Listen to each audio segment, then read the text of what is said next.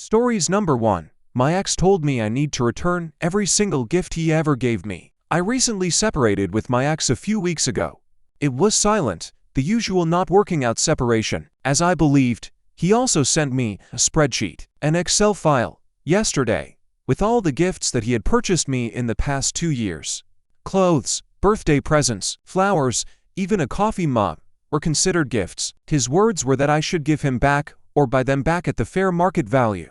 He said, "I invest in you and when it did not pay I want my stuff back." I laughed and then he added that I was robbing him by holding a pair of Christmas sneakers that he took to me. The same guy had lost my AirPods, which he had borrowed. Remember, those did not appear on the spreadsheet. I replied to him that he would not receive anything back and that he ought to compensate me 2 years of my life. He blocked me after that. It is incredible that someone is entitled to it. Comments. Commenter 1. Not my ex, but my mom sent me a bill for how much it cost to raise me. Reply. Oh my god, that's wild and hurtful. I am sorry that happened to you. Commenter 2. My mom's longtime friend had this happen. Came home after work to her common-law husband after a decade together and he'd cleared his stuff out, and then started demanding repaying for everything he'd purchased them. Like, he had receipts for household goods like towels and shit from when they first moved in together. He didn't get a penny. But what a Duke nozzle. Reply. Exactly. These guys act like relationships are some kind of rent-to-own program. Imagine handing back every coffee, meal, flour, and gift like you're returning items at Costco. Gifts don't come with a receipt for emotional refunds. If he wants his sneakers back, he should also return every laugh, hug, and late-night call you gave him. Commenter 3. What kind of loser keeps track of everything he bought for his GF? That's some next-level nice guy type of shit. Perfect response. All I would have sent back was a rofol emoji. 2. Reply. Honestly, the rofol emoji might have been too much credit. He deserved the emoji. Commenter 4. Yeah, that's not how that works. He gifted those things to you. They do not belong to him anymore and stopped belonging to him the moment he gave them to you. Reply. Exactly. A gift stops being his the second he hands it over. If he wanted it back, he should have kept the receipt, not made a spreadsheet. Stories number 2. Aita for telling my mom she wasn't a better parent and that it sounded like heaven when she said she'd never talk to me again. I 23F and my mom 49F have never really gotten along. Growing up, she treated me differently from my siblings. I'm the second oldest of 4 and she was always stricter and harsher with me. If I brought home anything less than an I got grounded. Even one beyond an assignment meant trouble. My siblings never had that rule. On top of that, she always commented on my weight. She called me the fat kid even though I was thin.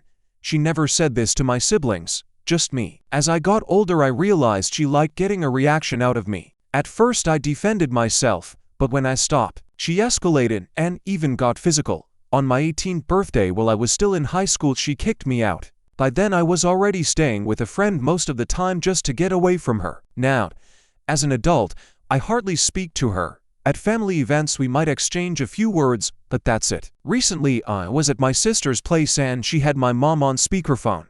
I was in the background talking to my brother and he asked who I thought was nicer, mom or dad. Without thinking I said dad. My dad wasn't great either. He wasn't around much and could be harsh, but compared to my mom he's nicer. I also talked to him more, though not a ton. My mom overheard, asked what I said, and I repeated it. She snapped and said she'd never speak to me again. I said, "You're saying that like it's a bad thing." Honestly, it sounds like heaven. She didn't hang up on me but ended the call on my sister, who was the one talking to her. Later my sister texted me that my mom took me off her car insurance. I never asked to be on it anyway. She added me without telling me because it lowered her own rate. One day she just said, "Hey, I put you on my plan." I didn't argue, but now I see it was just another way to control me. She's done stuff like this before. When I was younger she'd put my phone on her plan and shut it off whenever she got mad. This time was the same. After removing me, she told my sister, since she thinks her dad is the better parent, let him put her on his insurance. I never said better parent. I just said dad was nicer. She also told my sister she hoped my car got impounded and that she could turn it off through OnStar. My car is fully paid off so I doubt that's even possible, but the fact she said it was ridiculous.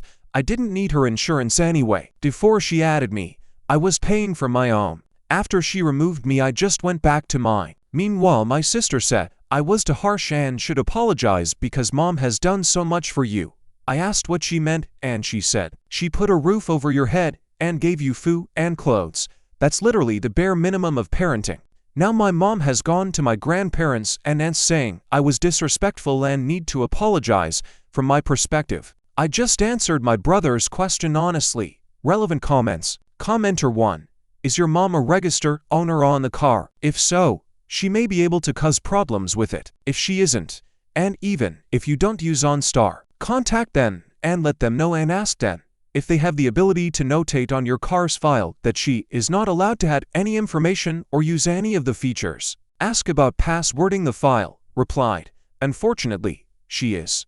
I initially got the car from my grandparents, and I guess when you gift a car, or at least in my state, it cannot be transferred from grandparents to grandchildren. It has to be transferred from parent to child. So the original plan was for my grandparents to sign it over to my mom, who then would sign it over to me.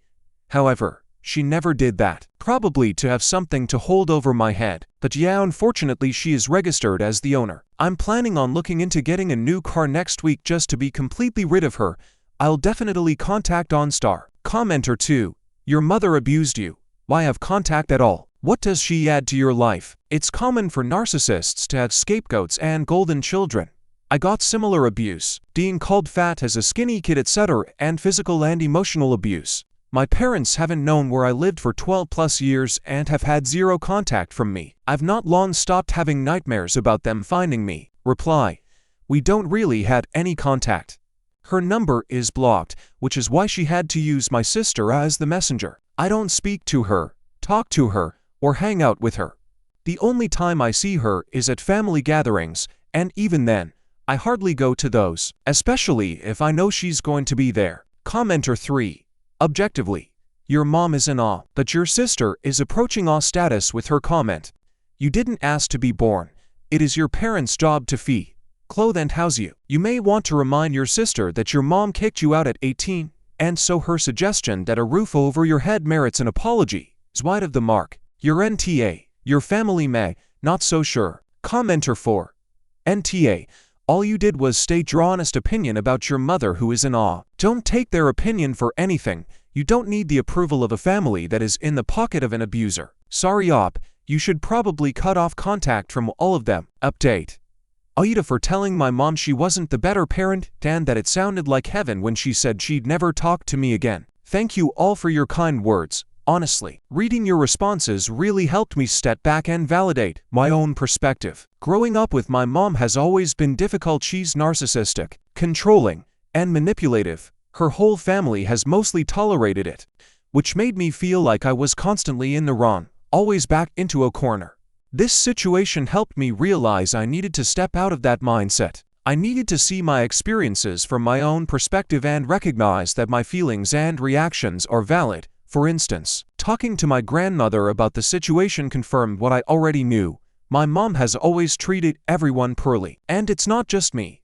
Most family members tolerate her behavior to avoid conflict. Even my younger siblings, I've always been outspoken about her treatment of us, which has made me seem difficult, but in reality, I've just been honest about her behavior. As a result of this recent incident, I've decided to go low contact with my brother. He has been influenced by my mom and started calling and texting me with insults about things I supposedly did wrong, things that only make sense from her perspective. I'll probably also go low contact with my sister because I've realized she shares information about my life with my mom, even after I've asked her not to. I want to protect my boundaries and maintain some privacy. Regarding my mom, I'll be moving to no contact. I was already pretty much no contact, but also I'll be including avoiding family functions where she's present and limit any other interactions, so that I can protect my mental health and break the cycle of manipulation I've experienced my whole life. Thank you again to everyone who offered support and advice. Relevant comments. Commenter 1. You ain't wrong. As for your sister out her on an info diet, she can't share what she doesn't know. That does not mean you have to stop talking to her. Reply. Yeah, I've put my sister on an info diet for now. I won't be talking to her because, like most toxic narcissistic mothers, Mai has a way of turning siblings against each other. She's managed to convince my sister that I've been talking to her and trashing my sister behind her back, which is insane, considering my mom prides herself on supposedly avoiding my calls. I never call that woman. Nan insists she doesn't even speak to me. Yesterday my sister blew up on me over this supposed trash talking, and then immediately called my mom to trash talk me with her, which is pretty hypocritical. Why she believes anything my mom says is beyond me, especially since my mom is a pathological liar. Commenter 2. You can't begin to heal until you pluck the splinter out.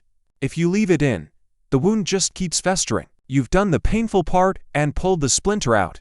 Good for you. Now focus on yourself. Heal. Grieve if you need to. Take care of yourself and love yourself. Well done, Op. Reply. Let the healing begin. Commenter 3. Op, I'm really sorry. You sound like a genuinely good person who was dealt a rotten family. You were NTA in the first post. You're NTA now, and personally, as a Reddit stranger, admire your shiny spine and how you're comfortable standing up to your abuser. Stories number 3. Aita for uninviting my sister-in-law from my wedding after she leaked my pregnancy. I'm 26 FAM 10 weeks pregnant, my partner 28 meters, and I told our immediate families early, but made it very clear we weren't telling anyone else until after the first trimester. Last night, my fiance's sister to 9F posted a story on Instagram. It was a get ready with me for a family dinner we had last weekend. She then causally indirectly talks about becoming an auntie. She tagged me and my fiance.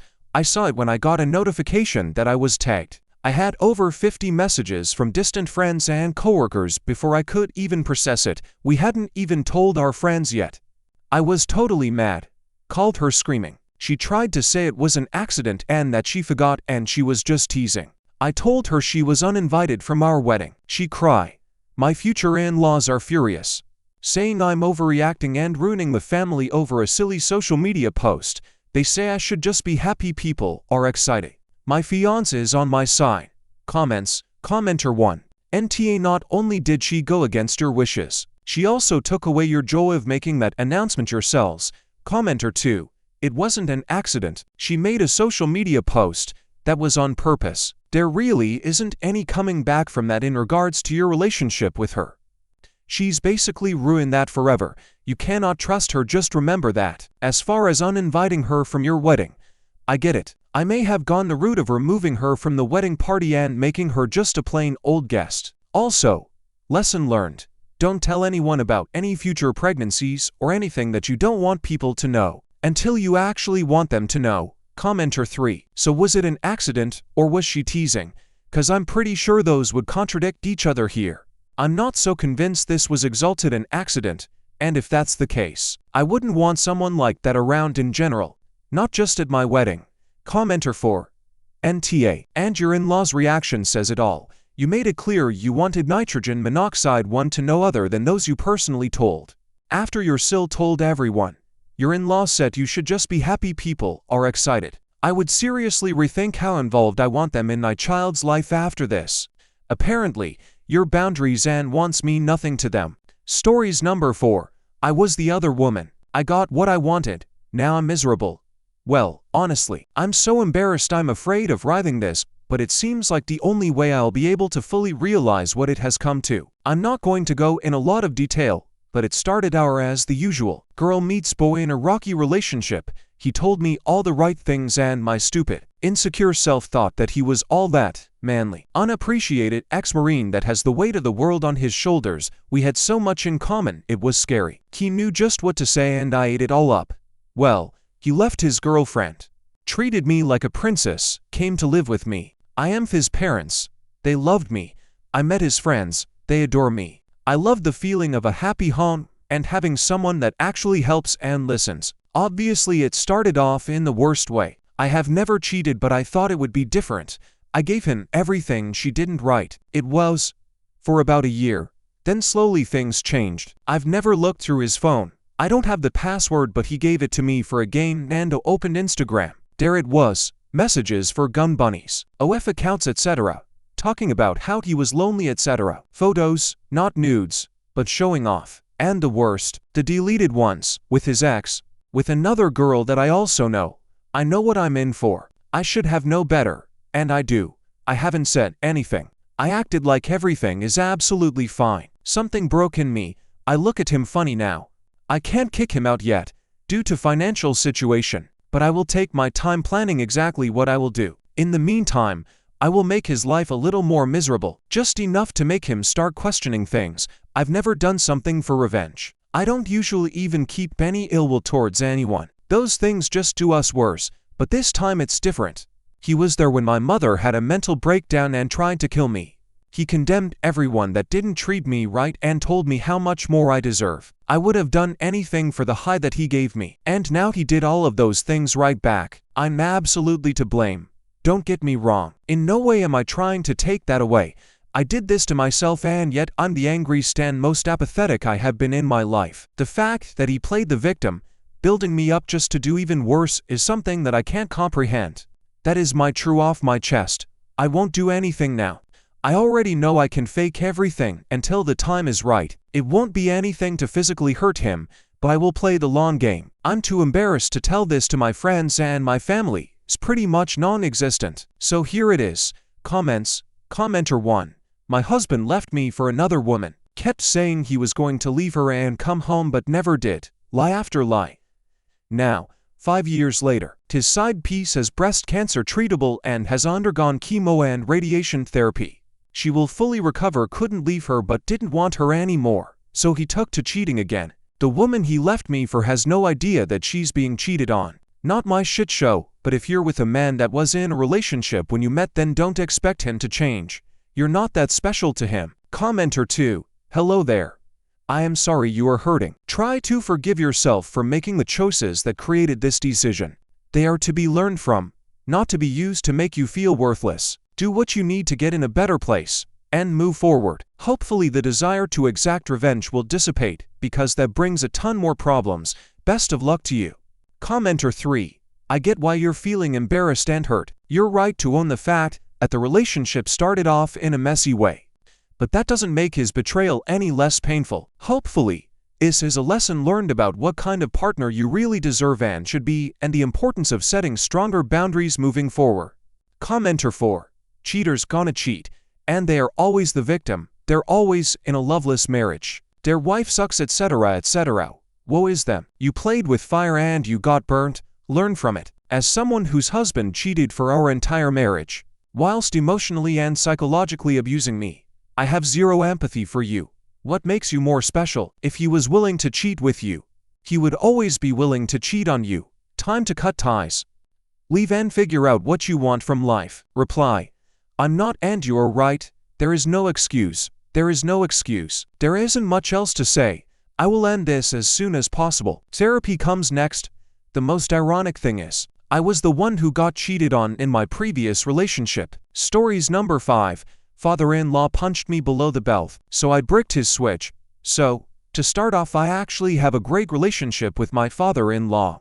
We have a lot of the same hobbies, actively hang out, and he knows I was the one to do this to him, and he found it hilarious. The situation happened back in December of 2021. Me being with my wife's family for the holidays and quickly them all getting drunk. Since I'm usually the DD, I didn't drink since I was gonna have to drive out of the middle of Philly, but as the night went on, I was playfully joking around with my wife and her sister, arguing something stupid like the best thing to do in a game, and honestly just rage baiting my wife like a good husband. Her father, completely drunk, came over and laughed as I rage baited her and told her, "Here's how you deal with your husband," and punched me in the dick.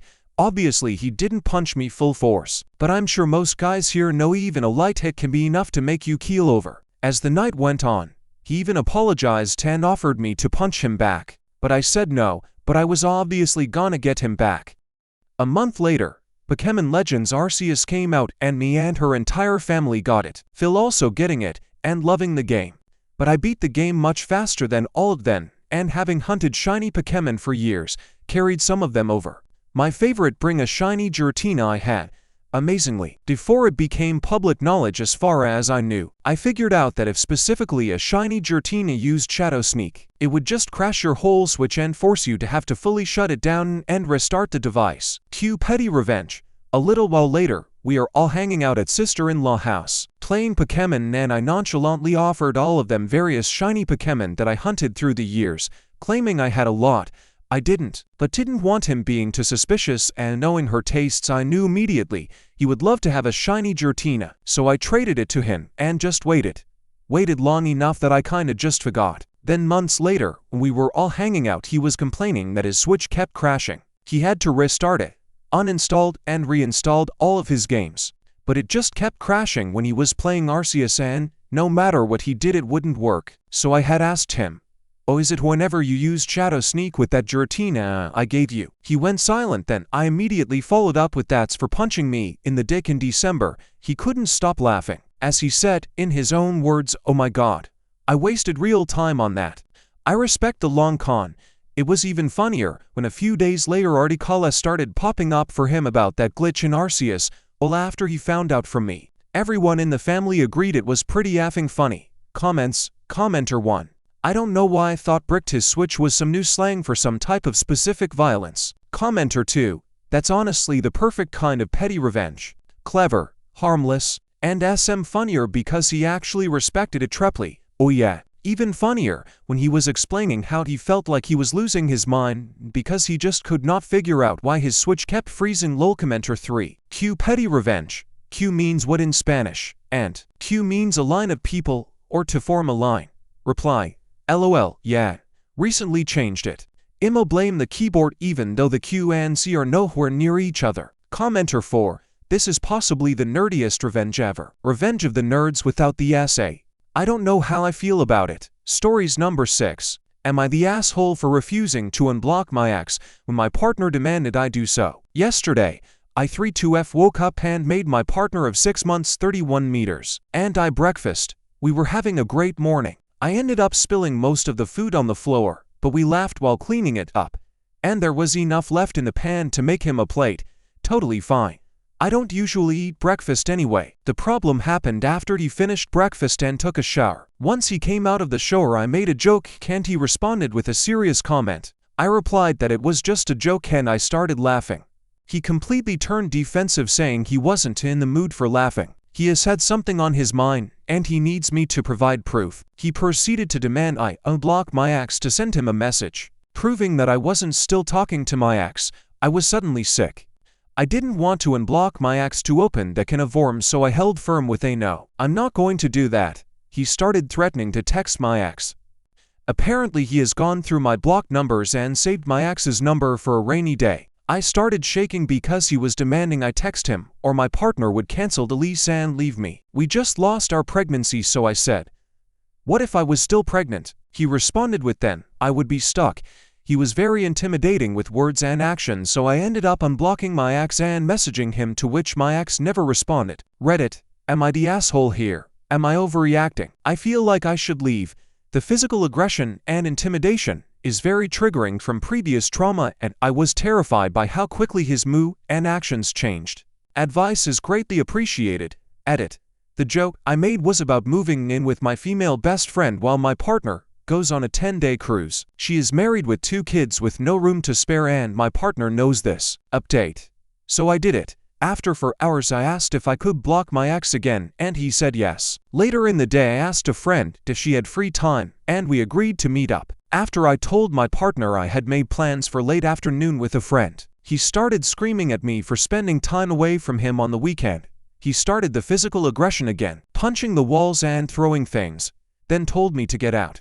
He proceeded to lock me out. I don't have a key to the deadbolt and neither does he. But I heard him lock the door and then the deadbolt, since he followed me out to the door within seconds. He then texted me run away and stay somewhere else, but he literally just told me to get out and knows I have nowhere else to go. All I wanted was to spend a few hours with a friend and get some clarity on our relationship. Update 2.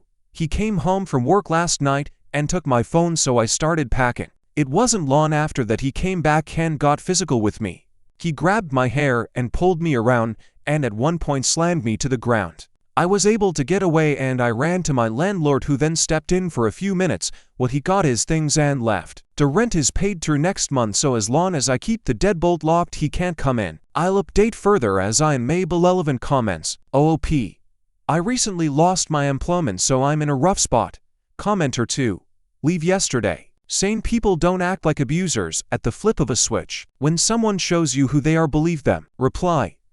Yes, we had a great friendship prior to dating. I feel like our friendship has vanished since he broke up with his female best friend. Not at my request, but I think he finally realized that the married woman he was best friends was emotionally cheating on her husband with my partner. Thusly, he was also emotionally cheating on me. I never said anything, though. He came to that conclusion himself. Can OP move in with her parents? Reply: I am no contact with my parents. I don't have family. Commenter 3. The insane behavior is also that she already lives with him and has already lost a pregnancy with him and already knows he was emotionally cheating on her with a married woman, and now she's on Reddit not knowing what to do. She's as messed up as him, just in a different way. Reply: we moved in together with joint funds, and I have since lost my employment. Does OP have kids with her partner? Reply: no kids involved yet. Commenter 3. Why are you still staying at a place where he knows you will be? The best thing you can do now is take your stuff and leave ASAP. Ask a family member that you can stay with them. You need to get yourself as far as possible from this guy. Locking yourself in the apartment is risky as he can wait for you outside. Reply: he took the keys to my car, so I have no way of leaving. Is OP living with her partner? Reply: correct. For a few weeks now, the partner could be cheating while on the cruise. Reply: I'm not paranoia about the cruise. Of course, anything could happen. He had every opportunity to invite me and received the green light from his family friends, but refused to extend the invite to me. Update: Aita for refusing to unblock my ex when my partner demanded I do so. I'm still in the apartment for now, since I don't have anywhere else to go. Yesterday morning, he came in unexpectedly. Turns out he had a key to the front door I didn't know about. He ranted for about an hour while I stayed as quiet as possible.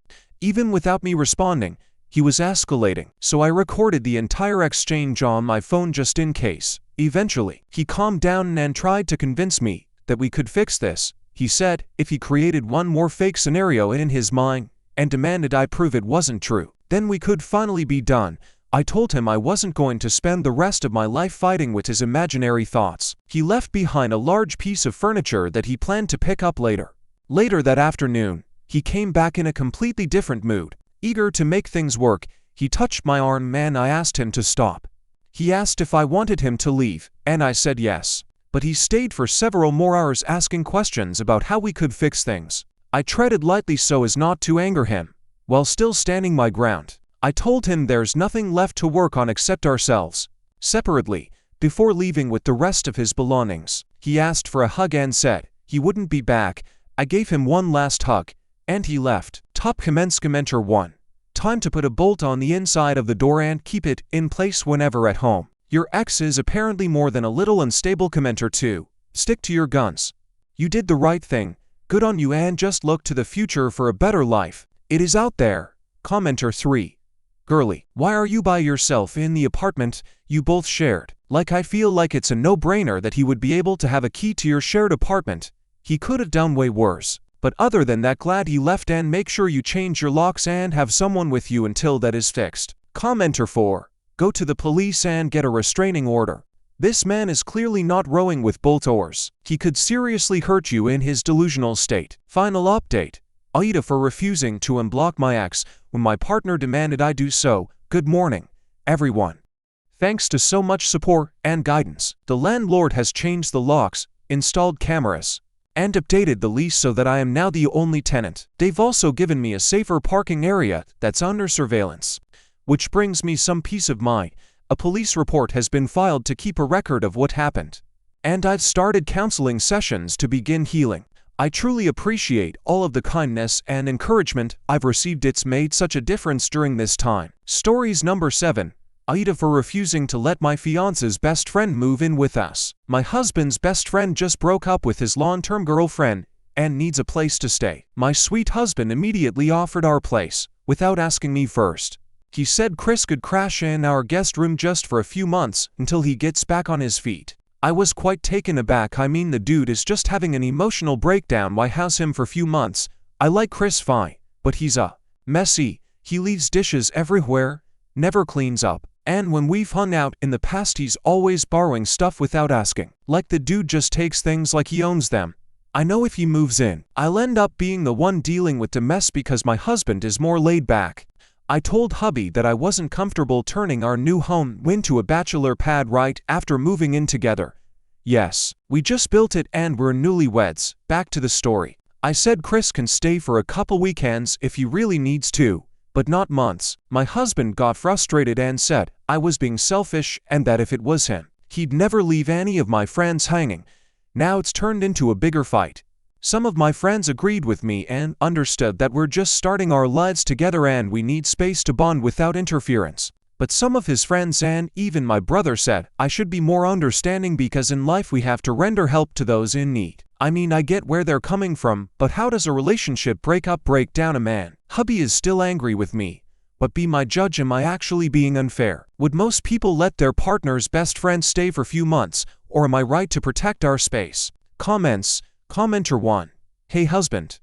I was actually planning on having sex with you a lot, all over the house, like newlyweds tend to do, but you prefer having your friend here so we can have sex? Absolutely never, because why would I want him to listen to that? Biggest turn off ever. Then sure, go ahead. A few months without sex will probably do you good. There, solved it. Nta. Commenter 2.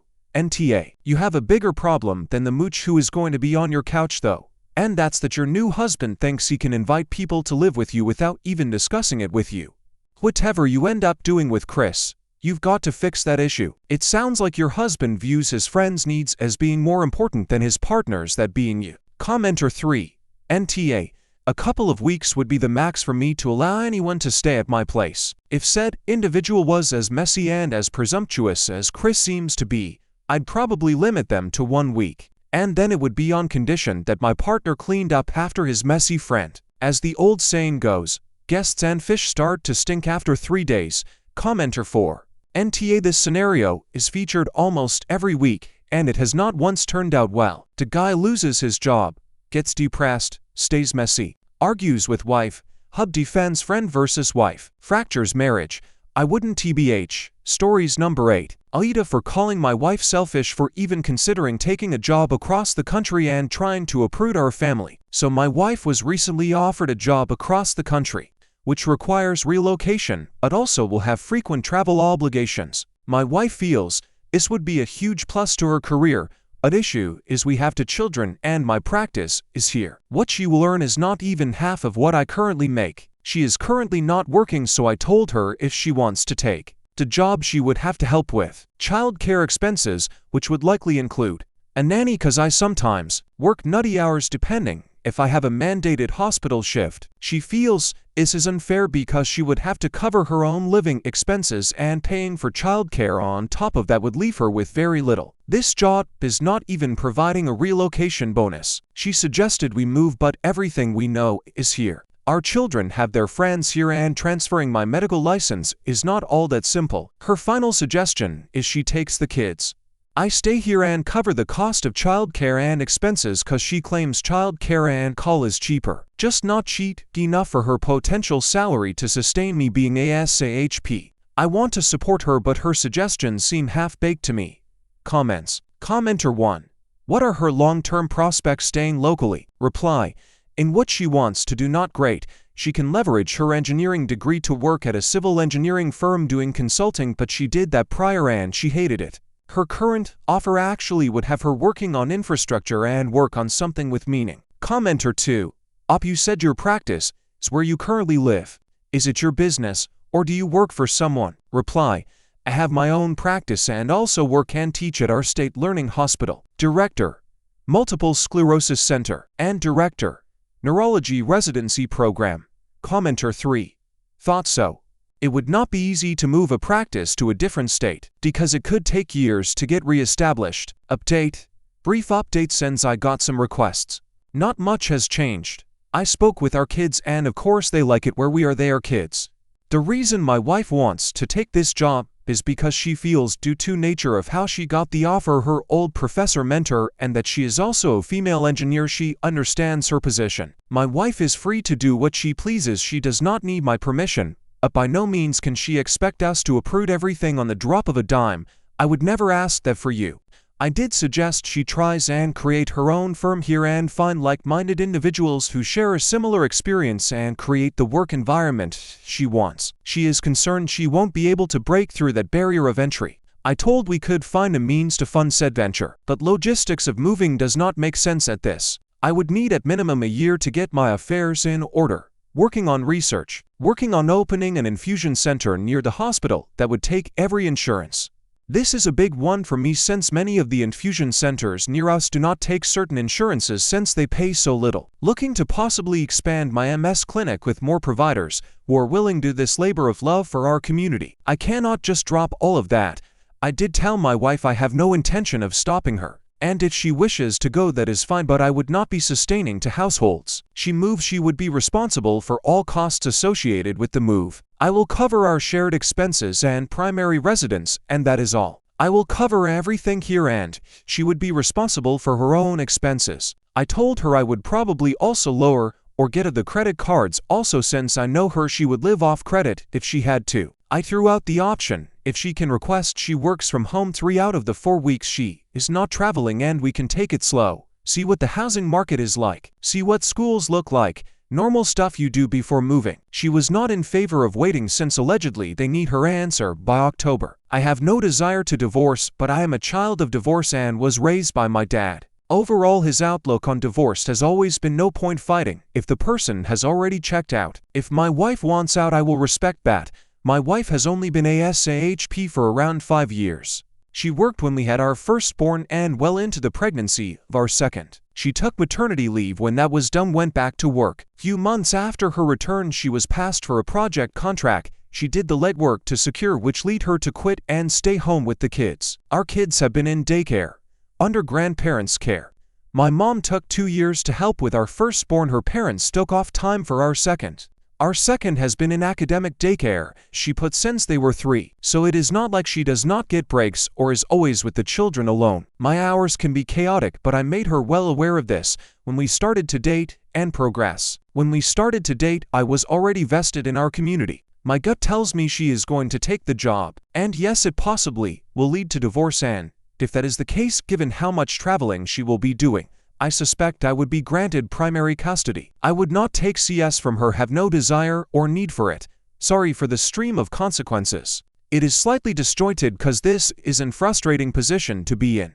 I have no desire to be in this position, but I have other responsibilities I cannot just drop without proper notice. If it comes to divorce, that is the way it played out, and you just roll with it. As my parents told me, I will tell my kids. Just because they were no longer together does not mean either of them loved me any less. Granted, it was not a cross-country thing in our case. My parents lived blocks away from one another, was a pretty easy transition on my part. I hope we can do the same for our kids if need be. The deal is far worse than I thought, but it is a small startup thing with a small team. Who won the project since they took a huge cut on their profits, so pay is actually a lot less than half what I make. More like 1/3 of what I make, if that.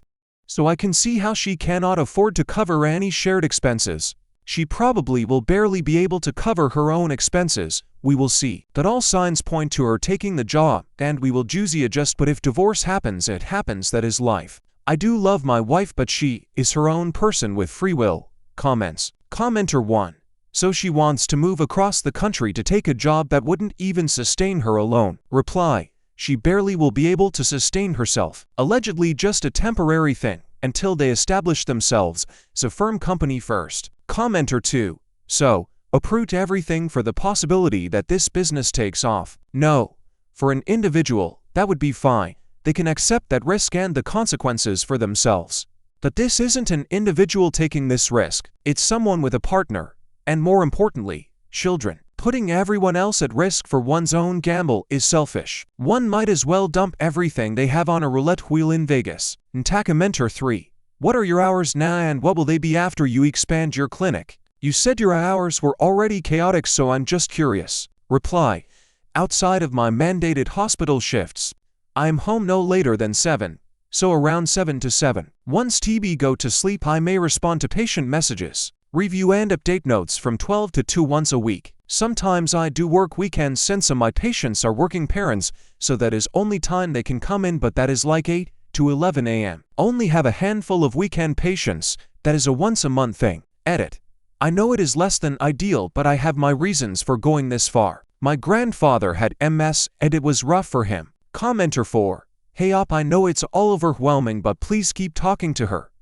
Do some counseling sessions with her. Get to the bottom of the issues. Have the hard talk about the financial aspect for her and divorce. But keep talking. But make her aware of consequences, like losing the family and financial support. Commenter 5. If she takes the job, just be careful. See a lawyer about protecting assets in case of divorce, cause my guess is she is by herself, across the country, no kids. It's like the old saying, when the cat's away the mice will play. Reply. If it comes to that, I would not fight it. I will give her half of what she is entitled to. Probably would also just buy her out of the house also. Not going to sweat the little things. She clearly does not like it here. She wants more, that is fine. Commenter 7. I was thinking more about your business and retirement. I hope I'm wrong, but also was thinking of doing it behind your back, not asking for divorce. Reply. That is a good point. Was not thinking about that. Commenter 8. I could be wrong, just don't believe long distance works, especially when one has all freedom and the other has kids to look after. Reply. In my heart of hearts, I know if she does take it and moves, we are done. Out of sight, out of mind. Update. This will be my last update, and it was a hard one to make.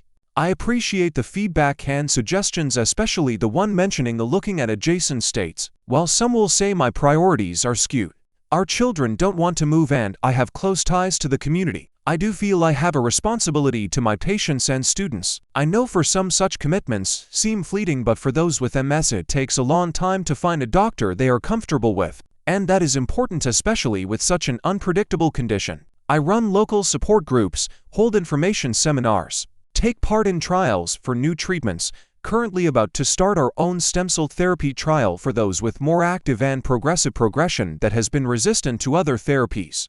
Main goal is to get information, but also provide individuals a means to get access to this treatment that already shows promise, but it is expensive. All of that would be moot if our kids did not want to say, and I get it, for some kids don't have a say, but they are an active part of our family and their opinion does matter. Now for the claims I am uncaring.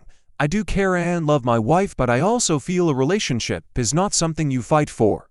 Either it works or it does not. Fighting to prove how deep you care or love someone is weird. Who am I to try and sway or change someone's mind? She wants to go, that is her prerogative. So long story short, she did take the job. As for divorce, she does not want divorce, but I am on the fence. Spoke with my parents and in-laws, and they do agree what she is doing makes zero sense, but my wife can be stubborn, so as my Phil put it, once she made up her mind, nothing will change it. Your only options are go with it and be a safety net for if she fails. And he does agree statistically she will fail. I don't want to be some fallback plan for if stuff goes south. Her plan for the kids is for them to stay with me, and she comes over for major holidays and 2 weeks in the summer. Day stuff expenses, she will need some additional support. Rent will be around $1,750, not counting utilities and stuff. Her projected take home will be around $35,000. So more she talks to about this plan, worse it seems. So to help, I offered to cover 6 months rent, but most likely this will lead to our separation at the very least. She is slightly upset that I am willing to hire a nanny now that she is leaving. But I explained hiring a nanny when she was not working and our kids have been in academic daycare, as she likes to quote. Why exactly would we need a nanny? I remind her she willfully left her job, and I did support that choice cause that is what she wanted to do. Either way, still have not broken the news to the kids. They do know she was thinking of taking a job and maybe far away for a time. I spoke with an attorney and I am going to hold off on it cause everything the kids know is here and they have an established route and support system. So they highly doubt she will try to take them. So overall going to try this LDR thing, but a part of me does feel like she is just using me cause I highly doubt she would make this move if she did not have some level of support. Even her father said as much. End of the day, maybe she wants me to fight for our marriage. The way I see it is a marriage worth keeping if you need to fight for it. I love her and do not want her to go, but if she feels she must, then she must. I am not going to sit here and pretend her happiness is dependent on me or our kids. She is a beautiful person and would be egotistical of me to think she will not find another person who is more in step with her desires. I think we will be fine no matter what happens. I am prepared to buy her out of the house at market value. We'll split what needs to be split and call it a day. We will co-parent the best we call. I do not hate her or anything. She currently does not like her current life, and that is fine. Maybe I am just a weird guy, but I don't see any point in therapy because the fact she wants to do this means that much to her, and facts are facts. If she was thinking of the kids or our marriage, she would not even consider this as a viable option, let alone take the offer. If divorce ends up happening, spoke with my lawyer and he told me it would be up to me to request it. It is not automatically awarded during the custody portion. I most likely will not request it and hope she does what is best for our children when it comes to saving for higher education or future expenses like a house or W.E. Thanks again the feedback. Our family will be fine. Comments. Commenter 1. Wait, her take-home pay is $35K a month. She's essentially leaving her family forever for a job paying like $60 to $70K a year. That's like an average to slightly below average pay for an entry-level recent engineering graduate. What the hell, Mao? When I first read this, I was assuming she was leaving for like a huge exciting opportunity. But that's just crazy. To me that seems like it's not really about a career at all. She just wants out of her current life. Wild. Commenter 2. Right? This isn't an amazing opportunity that will enrich their lives. It's a lower-level job in a place with a high cost of living. This is not a logical decision. He's going to end up supporting her financially and paying for everything without actually having a partner. If she wants to go off living her life without the responsibility of being in a marriage or having kids, then he needs to file for divorce. Commenter 3. Do not subsidize her living situation. If you do, you may be on the hook for it post-divorce if you go down that route. Talk with a lawyer before you subsidize anything for her. Commenter 4. She's not divorcing you because you're her safety net. She doesn't love you. She needs you because you'll pay for rent. You're going to be used as an ATM. Divorcing is the only right option here. Your wife is being utterly selfish here. Stories number 9. My Gen Z sister attempting to crowdfund her wedding.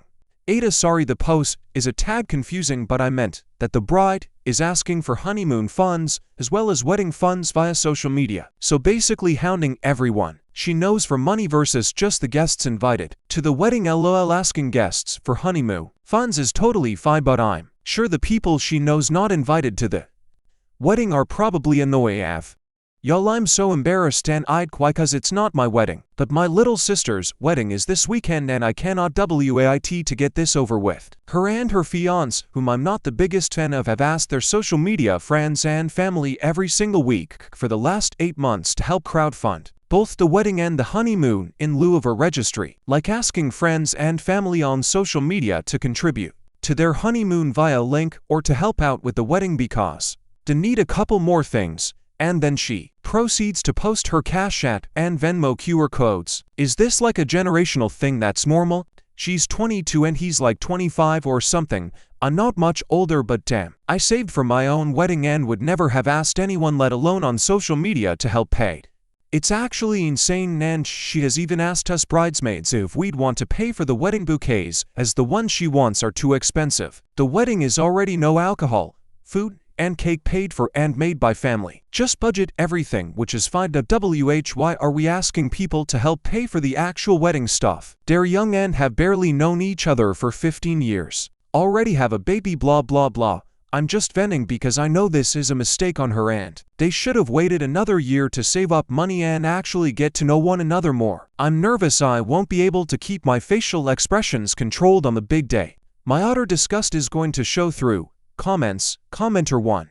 I don't understand why people act like this when you can just do a nice event on a budget. When I told family what we had planned, they kept trying to offer us money because they thought we were just planning something cheap and tacky. Years later, they're still talking about how much fun people had, how well it came together, and asking where I found everything. You don't need to spend a lot to have a memorable event, you just need to plan it well. It took for years for me to collect everything, but we had a vision. The idea of begging everyone to achieve it is mortifying. Commenter 2. Not a generational thing. Your sister is just tacky and tone deaf. My Gen Z fiancé and I are set to get married next year. Everything will be paid for by us except a small contribution from each of our parents that they insist on contributing. We specifically waited to get engaged until we were financially stable and have a approximately 2-year engagement so we can pay for our wedding over time in deposits. Crowdfunding your wedding in this economy, where many people are struggling, is so cringe. If they can't afford the wedding they want, they can either elope, wait, or downsize. Please make sure to update us on how their crowdfunded wedding goes. Commenter 3. Paying for your flowers in lieu of a gift. Okay. No shower gifts, no day of work, no other gifts, no paying for her hair and makeup. Do your own hair and makeup. Hopefully she told the bridesmaids to wear a dress they own or like. You can't control it, just manage your emotional investment. Commenter 4. From what I understand, there's a viral TikTok trend of influencers getting their entire wedding basically sponsored. They literally pay for nothing. Everything gets donated in exchange for publicity. What people who want to try this don't realize is that the handful of people this actually works for have massive follower counts on their social media. Millions, for some companies. It's worth it to donate something to a wedding that is going to be professionally photographed and edited before being tagged in posts that millions of people are going to see, because it's essentially a free advertisement likely to net much more in revenue than the cost of whatever they donated. People who have a small, average, or no following simply aren't valuable to them because the small sample of people who might use their services won't be worth the cost to donate. When they inevitably get rejected or don't hear back at all, they have an echo chamber of telling each other that friends and family won't mind pitching in. Stories number 10. My BF 27M got sun poisoning during our 2-week vacation together and Aita 6F want to break up with him. Aita 6F met my BF 27M nearly a year ago. We only made it official this past July and I will admit I was truly falling for him earlier in the year. He checked all my boxes and it was all very exciting. He lives at home with his mom for context. We booked a vacation for August back in June, so July and August we spent time saving money and not going out as much. During the month of August, I didn't see him as much, and due to him delaying some work he had a deadline for, he cancelled some plans we had that was quite important to me, as he was gonna help me move. He said she stayed up until 4 a.m. doing his work from the deadline even though his work meeting was at 8 a.m. He didn't tell me until an hour before we were going to meet that he was tired and explained that was the reason why. I was annoyed but said, "It's fine, get some rest." Slightly disappointed in his last-minute cancellation. In a discussion about school and college, he mentioned to me that he didn't do well in school with deadlines and assignments, hence why his work project was so horribly managed. He explained his dad dropped out of high school and his grades were poor. Maybe I'm judgmental, but I want my BF to be educated and able to handle workloads.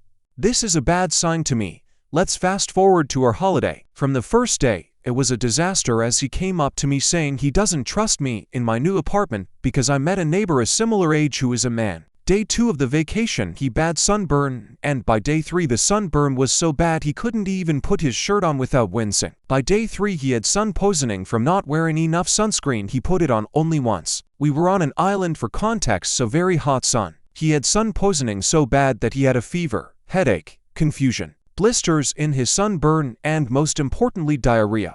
Now to me, as an independent woman who has lived alone and traveled for years, this was a major setback to our trip. He joked about his mom not allowing him outside again, but all I could think is, wow, how can you as a 27-year-old man not know how to take care of yourself in the sun and on vacation? His poisoning lasted the entire trip. I sat alone at Turan restaurants because he had to continuously run to the bathroom from his sickness. Not to mention the gross blisters and peeling through the rest of the trip. He wasn't able to recover and it ruined the entire trip. He was in so much stomach pain he barely talked the rest of vacation. When we got back I needed a few days to myself. Since then he has been apologetic, but you can't shake the feeling that he is not the one for me and I should end the relationship. I feel bad and I've never broken up with anyone before, but I just am not attracted to him anymore, and I think the last 2 months have shown me enough in his character. Not to mention he admitting to pretending he had enough money for the trip to do extra excursions and stuff, just to ask me to send him money after the trip when I was the one saying we don't need to do extra stuff and I wanted to save money. It seems like money is something he hasn't been upfront about, and I just think I should end it. Am I being too harsh? Comments. Commenter 1. You can break up with anyone for any reason you wish. If you aren't feeling it, just cut the cord. Commenter 2. So, he is lazy at work, bad with money, unreliable, whiny, jealous and unable to take basic care of himself. I wouldn't have even gone on that vacation with him. What boxes of yours does he check besides looks? Reply. At the start he was very generous, caring, sweet, sunny, confident. But then I realized he was being generous above his means to impress me. Lost his confidence once we got together officially, and yeah, all of what I've experienced now has led me to be less attracted to him subtly. Commenter 3. Vacationing together can make or break a relationship. Sounds like it broke this one. Set yourself free from this hot mess of a boy and move on. Commenter 4. I didn't stop reading it. He doesn't trust me, but I knew what you should do when I read that. So to recap, he doesn't trust you, doesn't care to be educated, which is something you highly value, and he lied about his financial situation. You'd be stupid to stay with someone like that. Stories number 11. Aita for moving back home. After my husband left me even though I'm pregnant, I've been getting cruel messages from my ex, his family, and our friends for the past few days. My soon-to-be ex-husband Levi 33 meters and I 28F have been together for a decade, married for 5 years. I'm currently pregnant with our first baby and due next month. After I graduated, I moved back to his hometown, a major city on the West Coast with him. I'm from a bigger city in the Midwest, but loved living out there. I thought we were happy. We planned our baby and were so excited, but a few weeks ago he told me he was going to file for divorce. He said he didn't want to be tied down anymore. He was still young and needed to live his life, etc. He said there was nobody else, but I know since then he's been seeing someone. He wanted me to move out, but this is my house too. I put down the down payment even, so he's been staying with his friend Louis. I can't afford to live here on my own while maintaining my lifestyle. Sure, I could make it work, but it wouldn't be the kind of lifestyle I'd want to live, especially with a baby. I make really good money even, but it's so expensive. I have friends for sure, but not the support system he does. No family here, so I've decided to move back home. And luckily my company has a location in my hometown, so I was able to keep my job. My parents have been so supportive. They're divorced and hate one another, but are now combined in their hatred of Levi, which is interesting to see. They've secured me nice rental home in my city and refuse to let me pay them back, saying I need to save for buy my next house. They're paying for my divorce lawyer and my co-pays at my new doctor here. They're paying, said I'm doing the right thing for my baby and are happy to help.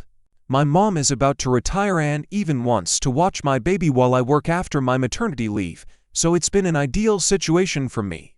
Levi is furious. He's claiming that I moved to get back at him, and am going to try to keep him out of our baby's life. I explained very clearly that I couldn't afford to be a single mom in San Diego, but he doesn't believe me. He's told everyone I moved back to get the upper hand on custody. That's not why I moved, but it's definitely a plus. His job doesn't have any locations here and they won't keep him if he moves. He could get another job here, of course, but he says that's too much to ask of him. I told him I'd be going for child support once the baby is born, and he told me I needed to make up my mind. Could he be a dad or no? I told him he was going to be a dad regardless, and if he doesn't want to move here, then he would be a dad by paying child support. I don't think I'm the asshole. I think I'm doing what I have to do. But what I'm supposed to say to all these people texting and calling me and telling me I'm keeping Levi's baby from him? Update. Aita for moving back home after my husband left me even though I'm pregnant. So first off, I thought I was clear in my first post, but the amount of helpful comments who skipped over the following info was driving me insane. I have already moved back to the Midwest and I already have a lawyer, so no need to tell me to move before my baby is born or yell at me to get a lawyer. I have done both. A few weeks after moving out, he had filed for divorce in California. Since I was moving and obtaining a lawyer, I had not yet responded. I have an obgyn here in my hometown and am set up to give birth here. I have legal advice from a professional. My ex Levi came to my place like the day after my post. I hadn't been responding to him or his friends, family, and had just muted their numbers. I got home and he was talking to my new neighbor who I haven't met yet. I wanted him to stop, so I let him come inside to talk, but also texted my parents what was going on. Basically, he said everything had been a mistake. He didn't think everything through enough, and that he had withdrawn his divorce petition. He said he was fine living in my hometown. He'd need time to find a job but could work on selling the house back west in the meantime, and work remote until he found a new job. kind of acting like everything was fine. Very strange though, not like he was on drugs. I've seen him on drugs lol, it's been years, but it wasn't that. I don't know. By the time my dad got there I was very upset and not thinking clearly. His wife drove me to their house and he stayed there with Levi for a bit and got him to leave, and he's been at my mom's and won't leave town. I don't want to get too into it. My lawyer was able to confirm he sort of withdrew the petition, but it was either incomplete or incorrect. His behavior has been odd. Yes. I told them I'm not talking to him unless he gets evaluated, and I don't know if my mom wore him down or what, but he agreed and has been at the hospital all day. My mom's boyfriend has been through a lot of this with his own son and was able to get him into a good hospital, and I hope we know something soon. To be honest, I'm exhausted and overwhelmed. I feel bad saying this, but I don't want to be dealing with this right now. I have so much going on and had already kind of divorced him and started my life as a single mom in my head. I'm not saying I'm going to stay with him even if this is a health thing. He has crossed so many boundaries and hurt me so bad in just 2 months. But I did make a vow that I take seriously. And before all of this, if I told you he'd done any of this, you'd think I was insane. So I'm not really sure why I'm posting an update. I'm not religious, but I grew up Catholic, and maybe someone who reads this and can pray for us, I guess. They'd have a more direct line to the big guy than me right now. I'm not sure what I'd pray for. If he's fine, then he's just an asshole and I am fine divorcing him. But if it's something more, I'm so overwhelmed that the thought of taking care of both him and a newborn. But it would mean he hasn't been deceiving me all these years. Sorry, it's not the best update. Edit. I've gotten a few comments and also want to say this. I have his phone. I now know for a fact the woman he was seeing was not the woman I thought. He didn't meet that woman until after he'd filed for divorce, and that she still wants to be with him. I'm not saying this changes anything, but people kept bringing her up. Comments. Commenter 1. His girlfriend who he was cheating on you with dumped him when she found out about you and or the baby. Of course he'll pass the medical assessment because there's no test for douchiness. Reply. I don't want to get too into it. I know this isn't the case and I have his phone though. We'll see how everything goes. He was voluntarily admitted earlier, but they haven't told me anything yet. Commenter 2. If you don't want to deal with him, let your lawyer handle that part. Focus on yourself and on the upcoming baby. Rest. You can give your phone to your dad so you don't have to deal with anything that's not urgent. I'm glad you got away. Stay safe. Commenter 3. I would not take him back. To completely abandon you when you're carrying his child says a lot. I get it, he might have something else going on, but at the end of the day, it's not just about your life anymore, it's about your babies and doing what's best for them. If he is shit to figure out, let him rely on his family the way you were blessed enough to rely on yours. You and your baby are your responsibility. He is not. Commenter 4. Oh, that's so scary, and I hope he gets the help he needs if that's the case. You're not in a position to help him right now. You have your baby and your own emotional well-being to look after. He needs his family to step in. If he is unwell, it doesn't mean you have to forgive him immediately and act like nothing happened. My father is mentally ill and has been for a lot of years. He's an asshole and ignores that he needs mental health help. Don't act like if he gets diagnosed you magically need to stay. Stay away from him and let someone else step in to help him. Reply. Absolutely. Either way, it's a really shitty situation and I know I'm not required to stay. And the last few months have been miserable, but the decade before that wasn't. If he's healthy, it's an easy decision. It's harder if he's not. Stories number 12. My spouse got caught in a pig slaughtering scam, and now our life savings are gone. I'm sharing this here for informational purposes, because I don't want this to happen to anyone else. I'm also open to any advice or roasting. Believe me, I've already said horrible things to myself. There's not a lot you can say that I haven't already thought. Late last year, I was not doing well, mentally speaking. My spouse had just gone through some stuff themselves, and we were just moping and not being kind to each other. I said some things that lead them to believe I was exploring the idea of leaving them. I wasn't. I was actually implying that I was afraid they would leave me. This misunderstanding and general bad vibes compelled my spouse to seek advice from people on social media. One such friend posed as a financial advisor, an investment firm, and suggested my spouse invest jointly in some sort of diversified asset portfolio. My spouse did so by liquidating a savings account they had from before we got married. I had no knowledge any of this was happening, as I was busy dealing with my own life spontaneously combusting and trying to get back on my feet, and generally being a sad sack. This investment had to be made in crypto, of course. My spouse has been subject to multiple rants from me that crypto is a pyramid scheme, worse than a meme stock, because at least those are insured. So my spouse was somehow assured that the whole thing was legit because only the transfers had to be made in crypto. The rest was put into an account and could be seen in USD by logging into a website. With posted transaction history and dividends, a couple of months pass, and the investment has basically quadrupled in value. The friend entices my spouse to upgrade the account. This is where my spouse begins to draw from our joint accounts, joint savings, and the proceeds we recently got from the sale of our last house. Of course, the friend knew about the fact that we had massive proceeds from a real estate sale, because my spouse told them when we sold it. My spouse and I explicitly agreed to roll those proceeds into our current mortgage to reduce our payments by a substantial amount, which would make us much better off financially at this time. As a result of my issues going away and the sale of that house, which had taken forever, I had gotten my act together and was noticeably happier. Still, for whatever reason, my spouse persisted in hiding that they did something different with the proceeds from me. I was still completely in the dark. Of course, this new input supposedly paid off, and the website reflected even better dividends. My spouse claims that they thought it was legit because of how crypto was going nuts at the time. Of course, had my spouse checked in with me at any time, I would have immediately clocked it as a scam from day one. So now comes the real mess. My spouse attempts to close out the investment account.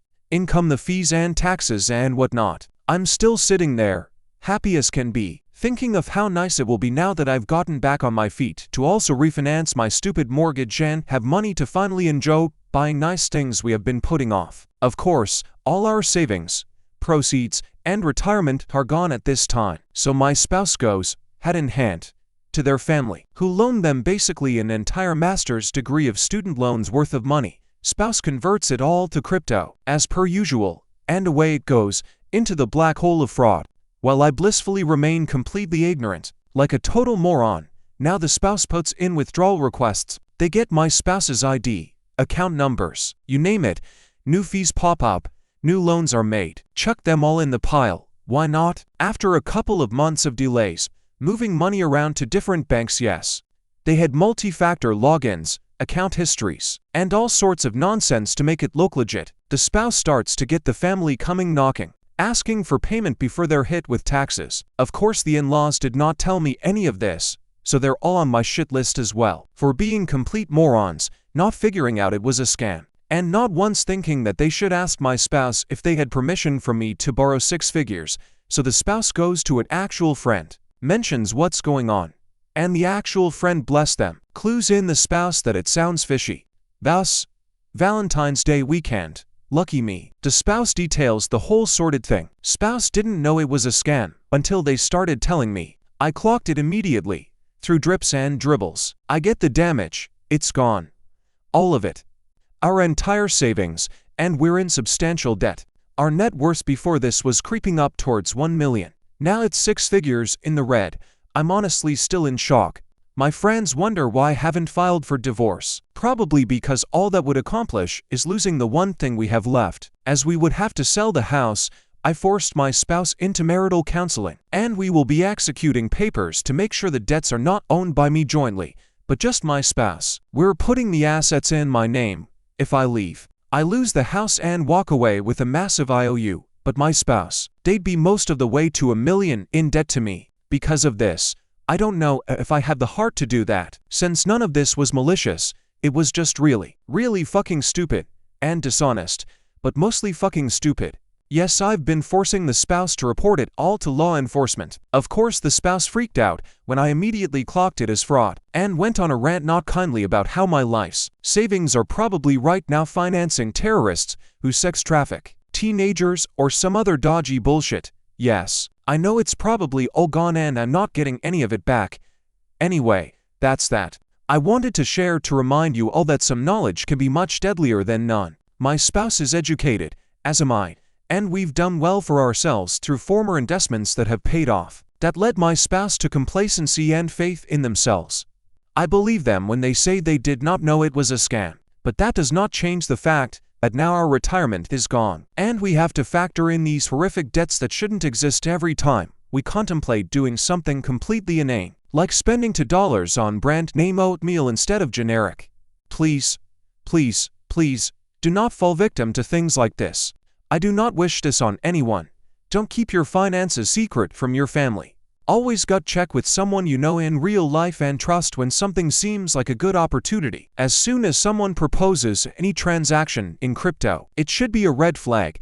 Just because there is an account, a website, receipts, and paperwork, it does not mean it is real. Some of comments to a deleted commenter. Me, yeah. I shouldn't have been checked out of what was going on with the accounts while trying to recover from a professional setback. The spouse, product of highly religious upbringing. I've come to find out. I did not fully appreciate the extent to which being indoctrinated in extreme blind faith on a regular basis when you're super young does to set you up for a lifetime of being taken advantage of. Talk to a bankruptcy lawyer. We're talking to a BK attorney right now. We're kind of fucked either way. These are all private loans, so our credit is still pristine. If we go BK, the loans disappear. But so does our good credit. If we don't go BK, the loans can be slowly repaid. Family will restructure, and we keep our credit scores. OP adds, I want to go BK. We have the intake appointment later this month. If I have some attorneys verifying it's the right thing to do, it's going to be a painful ultimatum to the spouse. Burn your family, or burn me. Their decision will tell me a lot of things. Commenter. The spouse who fell for the scam should be removed from all accounts. Obviously he doesn't have the wherewithal to avoid the scams. Reply. Already done. We have to separate accounts and a single joint one right now. My income goes into one. The mortgage is paid there. Spouse's income goes into the other. The debts that are due right now are paid there. Everything else is on a credit card and is paid out of the joint. After we split the amount due and transfer from separate accounts into the joint, I made the spouse come clean to all of our close friends and family, including mine. Everyone knows they are in the doghouse financially and has been told to tattle to me about anything, with the consequence being that I will leave them to pay back the loans themselves. They can't. They're only going to recoup if I don't leave. Commenter. Also op, were you not getting notifications or checking the joint account? Reply. Nope. Bills were getting paid on time and in full, and I wasn't checking the individual drill downs in accounts in our financial reporting software. I have full access, and I just check top-line amounts. Like, yep, the full value of money in all our accounts is in there. But because the investment account read fake was created as an account in our software, it didn't show the money missing, because the full value of the investment account equaled the transfers from legitimate accounts. I was also really fucked up. I downplayed it in the OG post. But I was considering checking myself into an inpatient mental health hold because I was basically full-on hallucinating on a weekly basis. I was really not with it for the better part of 3 months, and wholly trying to get out of a mental health crisis while my spouse was also having one as well, and mostly emotionally unavailable. I know they didn't do this maliciously, but it does kind of feel like punishment for losing my shit. OP clarifies. My spouse. I don't believe they wanted to get caught in a scam maliciously. Commenter. I am very sorry this happened to you. This won't make you feel much better, but it has happened to a lot of sophisticated people. The Economist did a 7-part podcast on pig butchering that might be worth listening to, as you will hear about others in a similar situation. Reply. I think I'll take a listen. To further contextualize it, a lot of people don't realize that when something like this happens, the shame is really what kills you. For a while, I was afraid my spouse was going to take themselves out because of how upset they were with themselves. Commenter. Even if intentions were good, it is completely disrespectful that your spouse and their family went behind your back to throw away not just their own but your combined money. Reply. I'm exploring options to get out from under the debt. I can start over at zero, but I'm not willing to be a willing victim to being in the red and the years of toll that it will take to get out from under these debts, none of which I knew about or consented to. I have always been fiscally conservative with my finances and made a lot of sacrifices in my 20s and 30s instead of taking nice trips, buying nice things, and going to top schools and taking on debt. I'm not flushing that down the toilet even more than I already have. It's probably going to come down to them figuring out they have to tell their family they can't pay the debt or letting me file for divorce. I would never, ever chose to marry someone as far into debt as they are now. At the age I'm at, with the amount of money I make, I still love them. I probably always will. but I would never respect myself again if I indentured myself to their family, who collaborated in this theft with them. Commenter: only one piece of advice from me. The scammer stole your money. Don't let them also steal your marriage. Don't let criminals who viciously attacked you be the cause of you and your spouse losing things that matter even more than money, right? Reply: thanks, that is where I am right now. I don't gain anything from leaving, so long as they are trying to make it right. I've already made it pretty clear that if they stop trying, I'm gone. And I'm the one who has lawyers for friends, not them, so I'm not taking those loans in the divorce. Spouse's education. Oh, it's mega stupid. For the record, I have an arts doctorate. They have a STEM master's. You'd think that would mean I would be the gullible one, but no, the crypto wasn't the investment. It was the mechanism that was used to make transfers. The investment was sold as some sort of diversified portfolio. The friend said it did include some crypto. I don't think my spouse ever verified what was allegedly in this portfolio. Like I said, it's extremely dumb, but that's how these scams work. This was a friend they made online. They talked for months about inane things like shared hobbies, books, and TV shows. There was trust there, when there shouldn't have been. I know the people I meet online can be fake. Hell, I made fake accounts on purpose to shitpost. They didn't know that, until this. Did spouse attempt to validate things? Yes. The problem was that these sites looked completely legitimate from the outside. They had phone numbers set up, email accounts, and all sorts of navigable pages. To set up an account, the website had two-factor authentication, and posted transactions that matched what the people my spouse were in contact with told them. There were multiple websites they set up to transfer funds around that reflected these transactions. I would have spotted it as a fake, but I've created and maintained websites before, so I know how easily things like this can be spoofed, and what points to something being wrong. That's why the financial transparency would have prevented this. I would have spotted this as a scam from day one.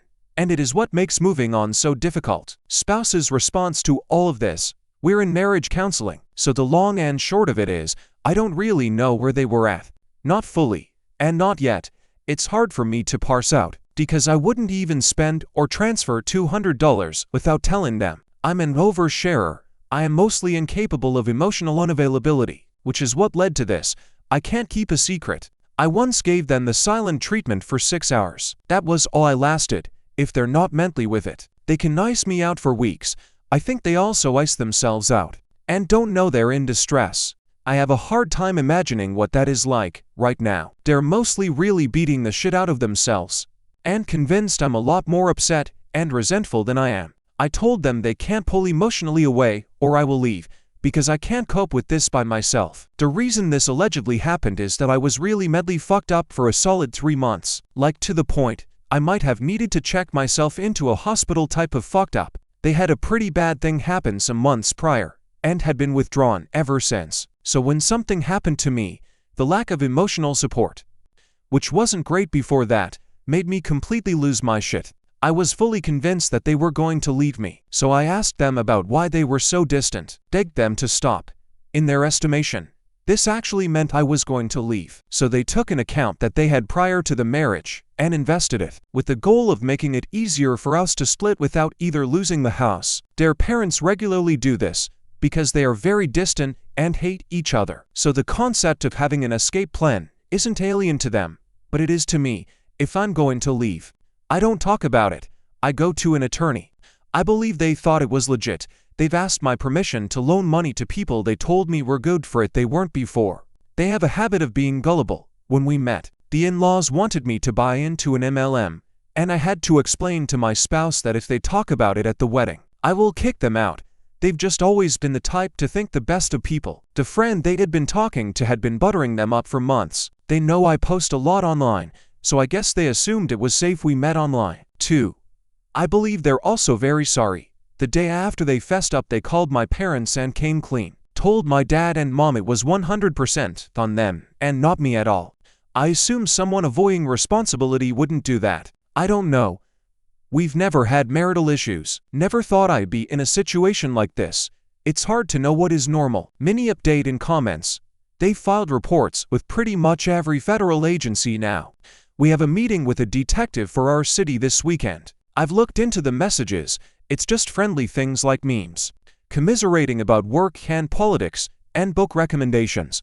I don't know if it's worse or better that my spouse is so gullible as to invest with a friend rather than the scammer having to feign romantic interest to get them roped in. There was very little in there about keeping it a secret. They didn't really discuss that at all, or entice my spouse to be duplicitous. Just more like my spouse would say that my spouse is going through a rough time, and they would talk about that occasionally. I'm having trouble with the fact that the secrecy was almost perfunctory, and little to no effort was even put into thinking about what my spouse was doing, or why. And if I should be circled in, there doesn't appear to be malice in any of the statements about me, just genuine worrying.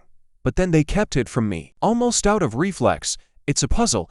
It seems to point to something in my spouse's default state that needs to be changed, which is what we're working on in therapy. Update post.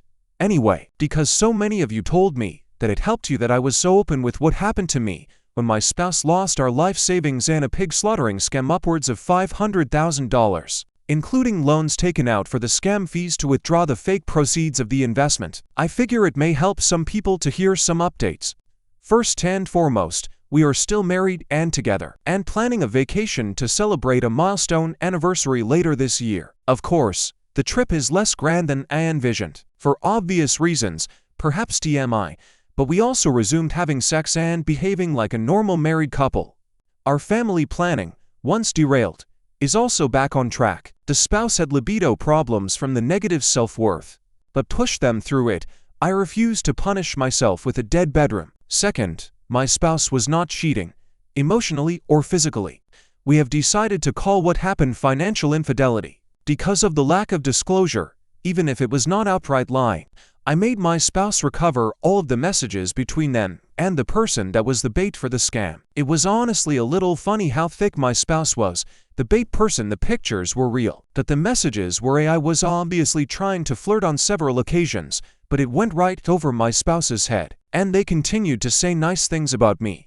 This was a relief to see. I would have never stayed if the scam involved cheating, even if it was just messages or bad-mouthing me in any way. My spouse was completely taken in by overtures of platonic friendship and aided conversations of shared interests. This naivety is an issue from a very sheltered religious upbringing, and par for the course for my spouse, which brings me to the third thing.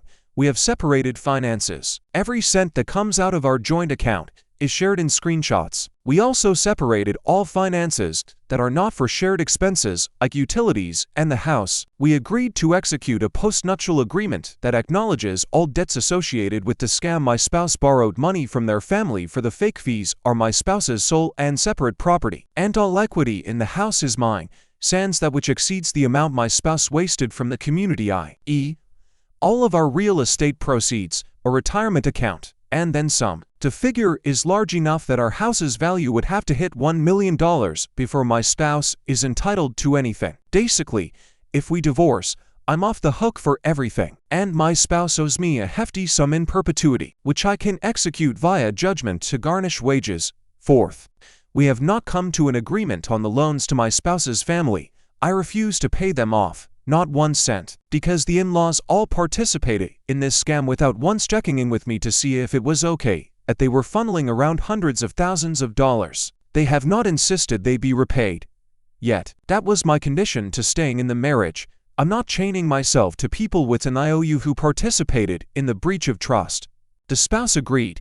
I think my spouse wants to wear me down eventually. But it's not going to happen. I'm far more stubborn than them. I can tell they're already halfway resigned to disappointing their family. I'm not sorry. They made a stupid investment. I did not. They can eat the loss. I already ate far more loss than they did. Loss for all. Get it while it's hot.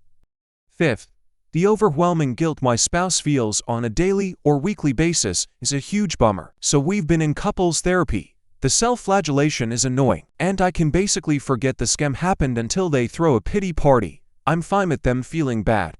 But the increasingly less frequent doldrums also punish me, so we're working on it. I also have massive trust issues that were stirred up from the fallout. No shock there. Another couple in our orbit went through something similar, concealed business debts, and actually did break up, which spooked my spouse considerably. So far, there have been no relapses.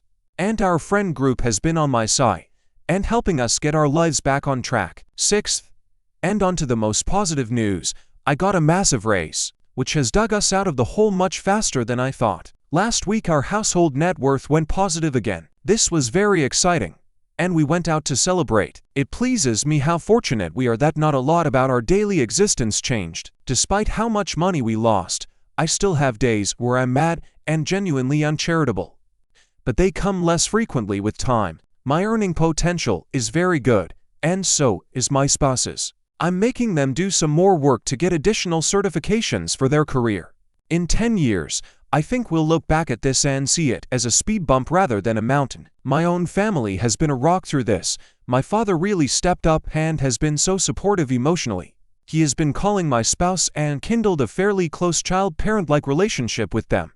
To remind them that they're part of the family, this has been very positive for me. Because this happened because my spouse is naive, has issues with self-doubt, and does not have a good emotionally supportive relationship with their parents. So the doldrums that annoy me are more fleeting the more my father bonds with my spouse and knocks them out of a funk. The spouse's family are emotionally stinted and extremely naive, as you may have guessed. So talking to my father has been good for my spouse. Funny enough, we also uncovered a sordid family of big financial losses.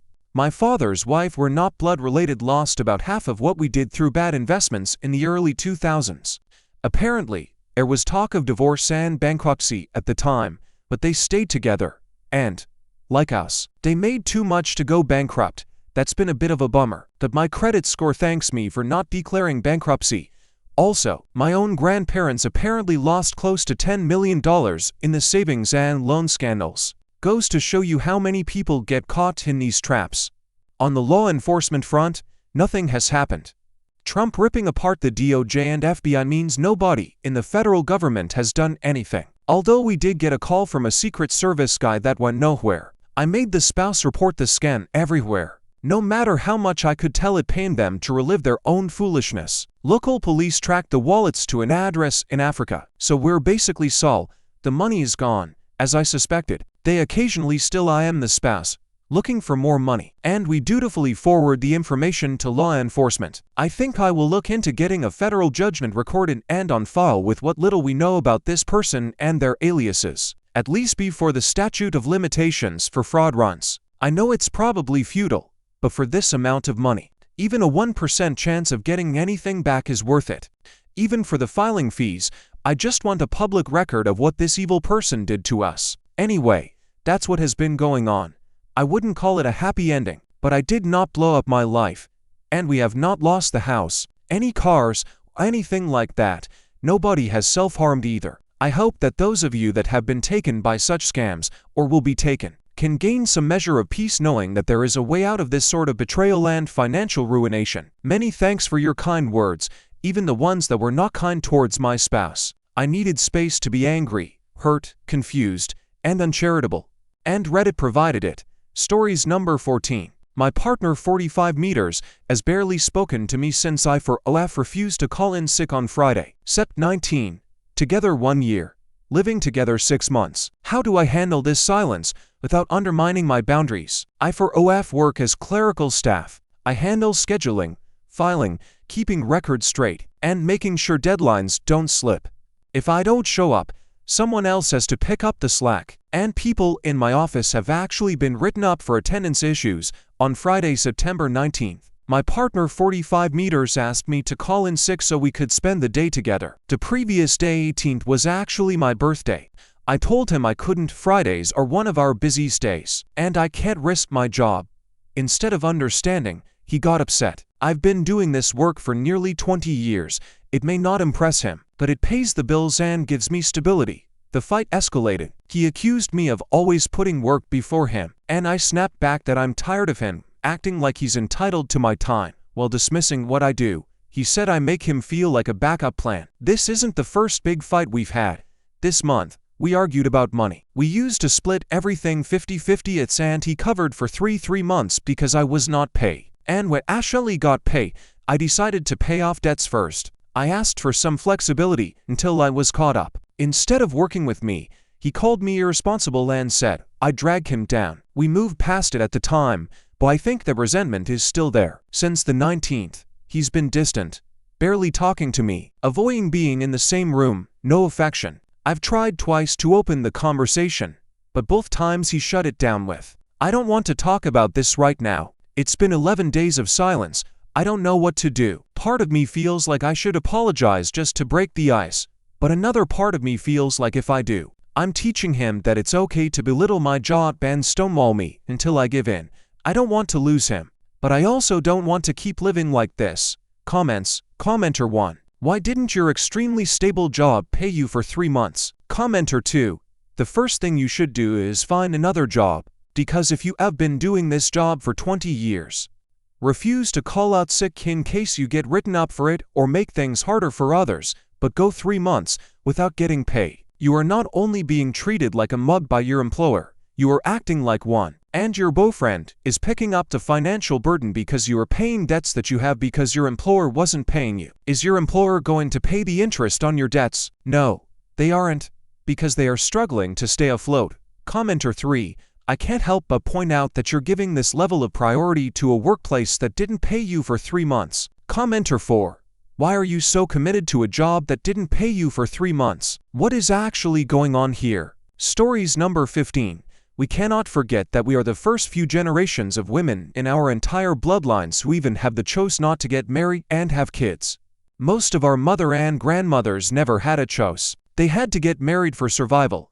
It didn't matter if your husband didn't respect you or spoke to you in a raised voice. They were taught to keep the peace. In the US, women couldn't even have bank accounts until the late 1900s.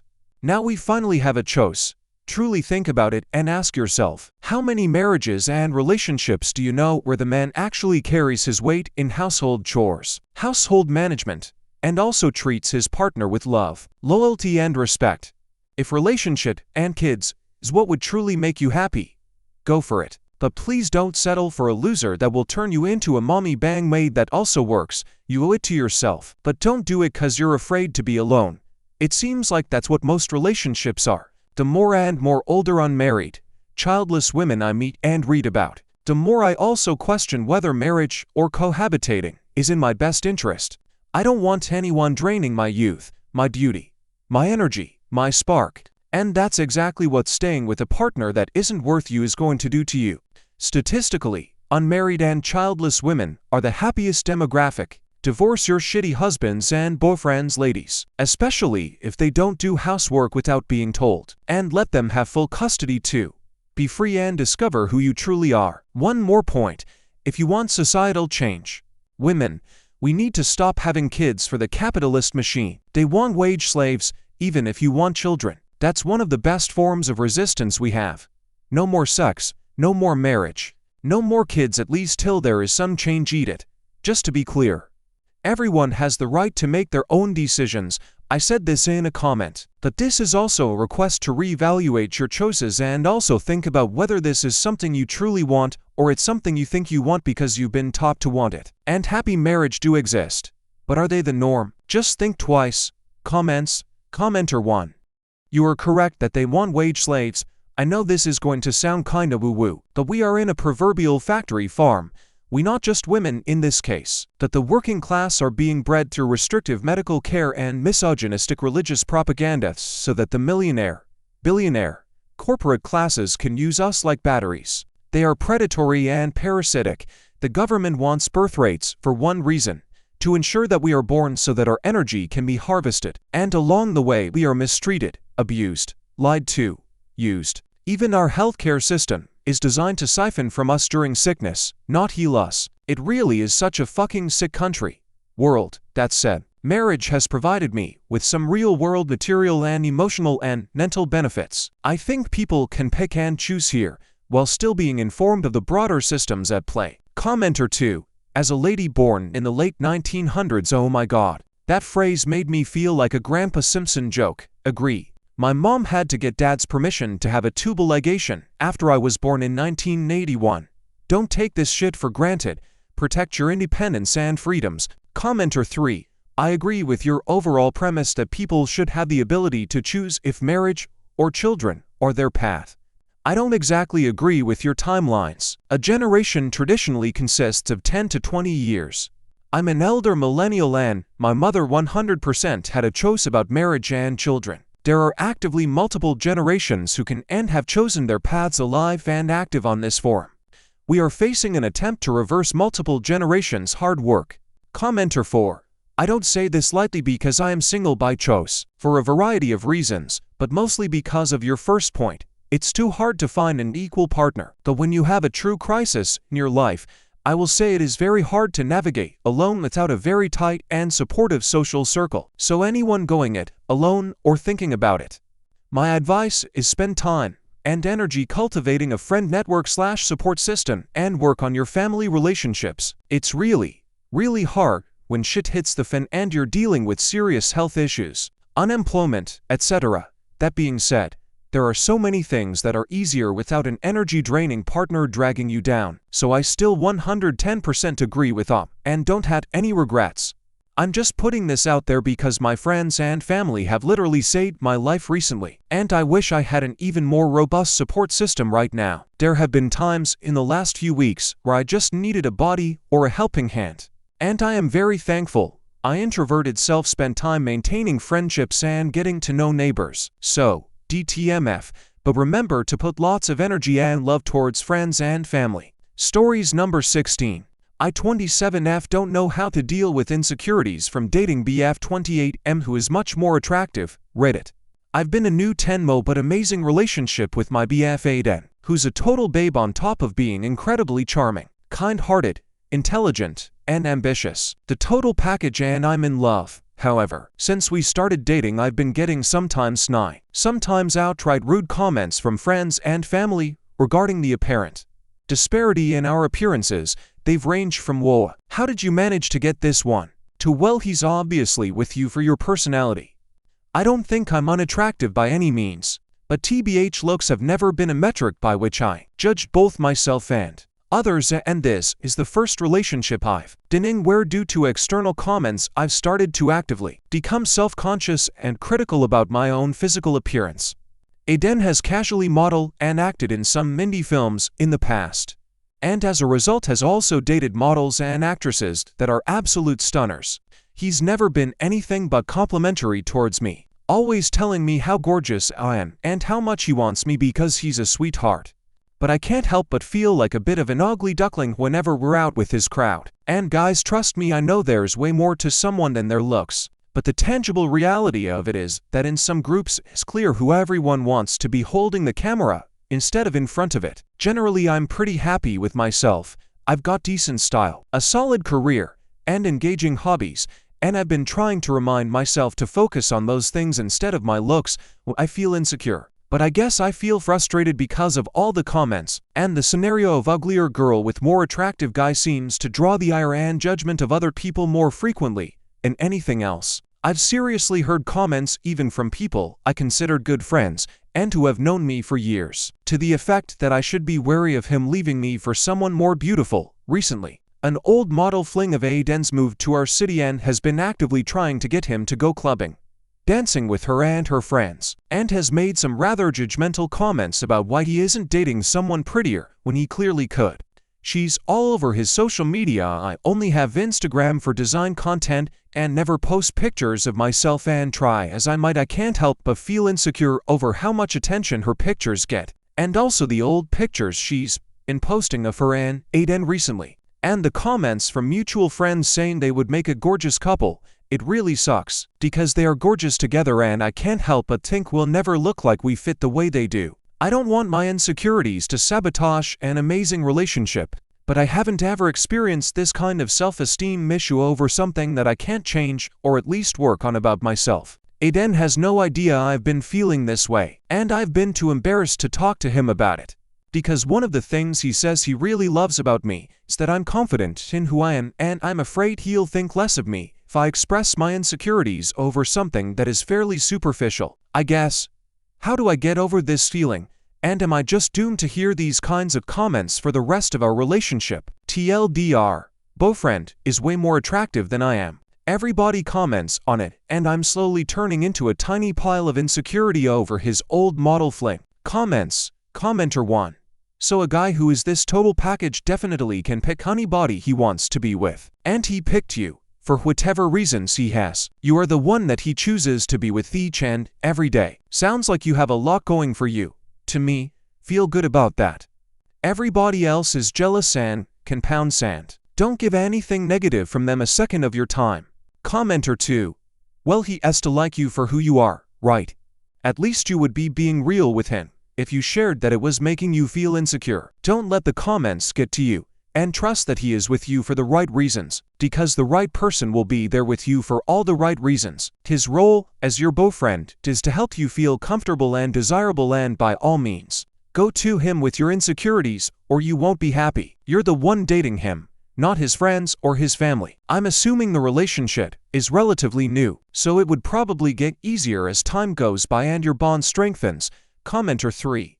I think you should be confident in who you are. This guy clearly sounds like he could be with anybody he wants. And who does he choose to be with? That's right, you.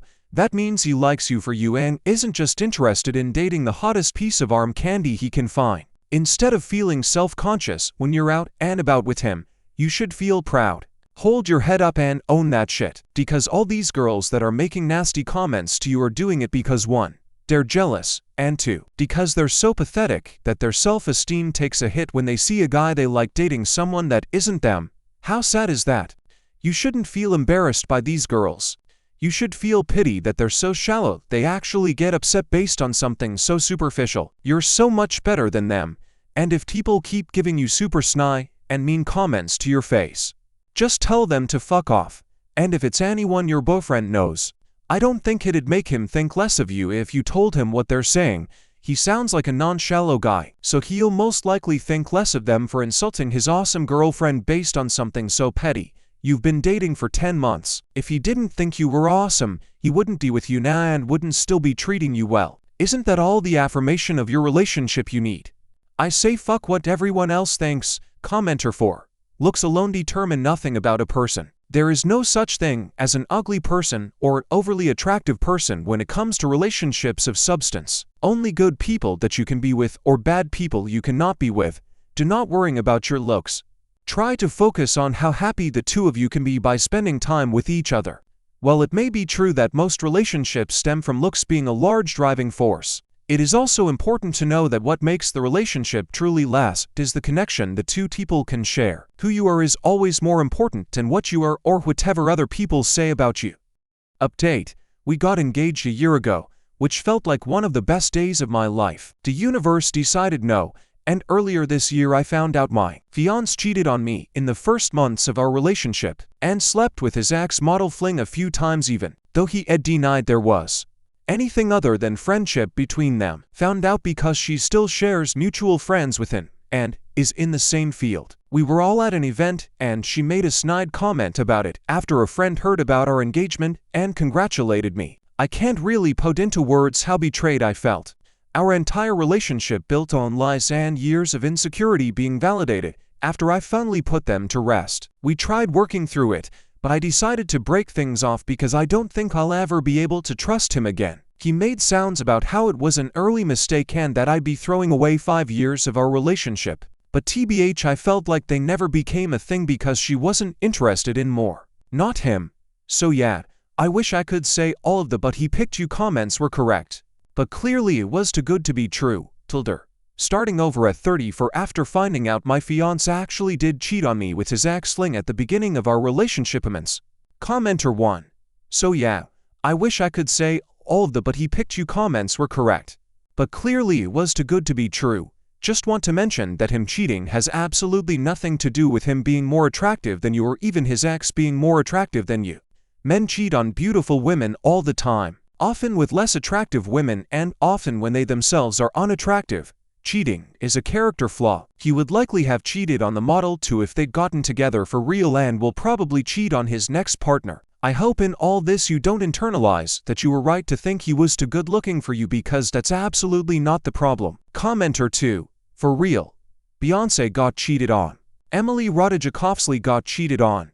Candace Swanepoel got cheated on. Dehati Prinsloo Maroon 5 Adam Levine's wife got cheated on. It's never about the looks, it's about the men being garbage. Commenter 3. I'm really sorry it ended like this. What an asshat. By the way, if she was the one that ended it, refuse to let it become more. Why did she make snide remarks to you? What a bitch. Reply. Oof. Yeah. Long story there, but she has a habit of keeping guys that want her around as friends. He stopped being friends with her a few years in, so this was probably her way of making herself feel better about him getting engaged to me. I hate that she may take this as her winning, but I have to do what's right for Mechamenter 4. She won a cheater, so to me, you're the one winning here, even if it doesn't feel that way for now. Stories number 17. Traumatized my roommate after he made fun of my cooking. He won't touch food I make anymore. So I actually enjoy cooking. It's my stress relief. I meal prep, try new recipes, all that. My roommate, let's call him Tyler, constantly clowns me for it. Like if I'm making pasta, he'll be like, "Oh, what, Gordon Ramsay over here?" Or if I chop veggies, he'll say, "Damn, you dating your cutting board or what?" Always little digs. The last straw was when I made chili for a few friends. Tyler walked in, sniffed the pot, and goes, "Smells like ass. Hope nobody dies from food poisoning." Said it loud enough everyone laughed. I smiled, but inside I was boiling. So the next week, I decided to mess with him. Tyler loves leftovers. He raids the fridge every night. So I made a huge batch of spaghetti and left a container on the top shelf, clearly labeled for Tyler, but instead of sauce, I mixed plain noodles with beet juice, just enough to stain them this deep, bloody red. Looked like something out of a horror movie. Sure enough, at 1 a.m. I hear him clattering in the kitchen. 10 minutes later he bursts into my room pale as a sheet, holding the empty container. "Bro, why were the noodles bleeding?"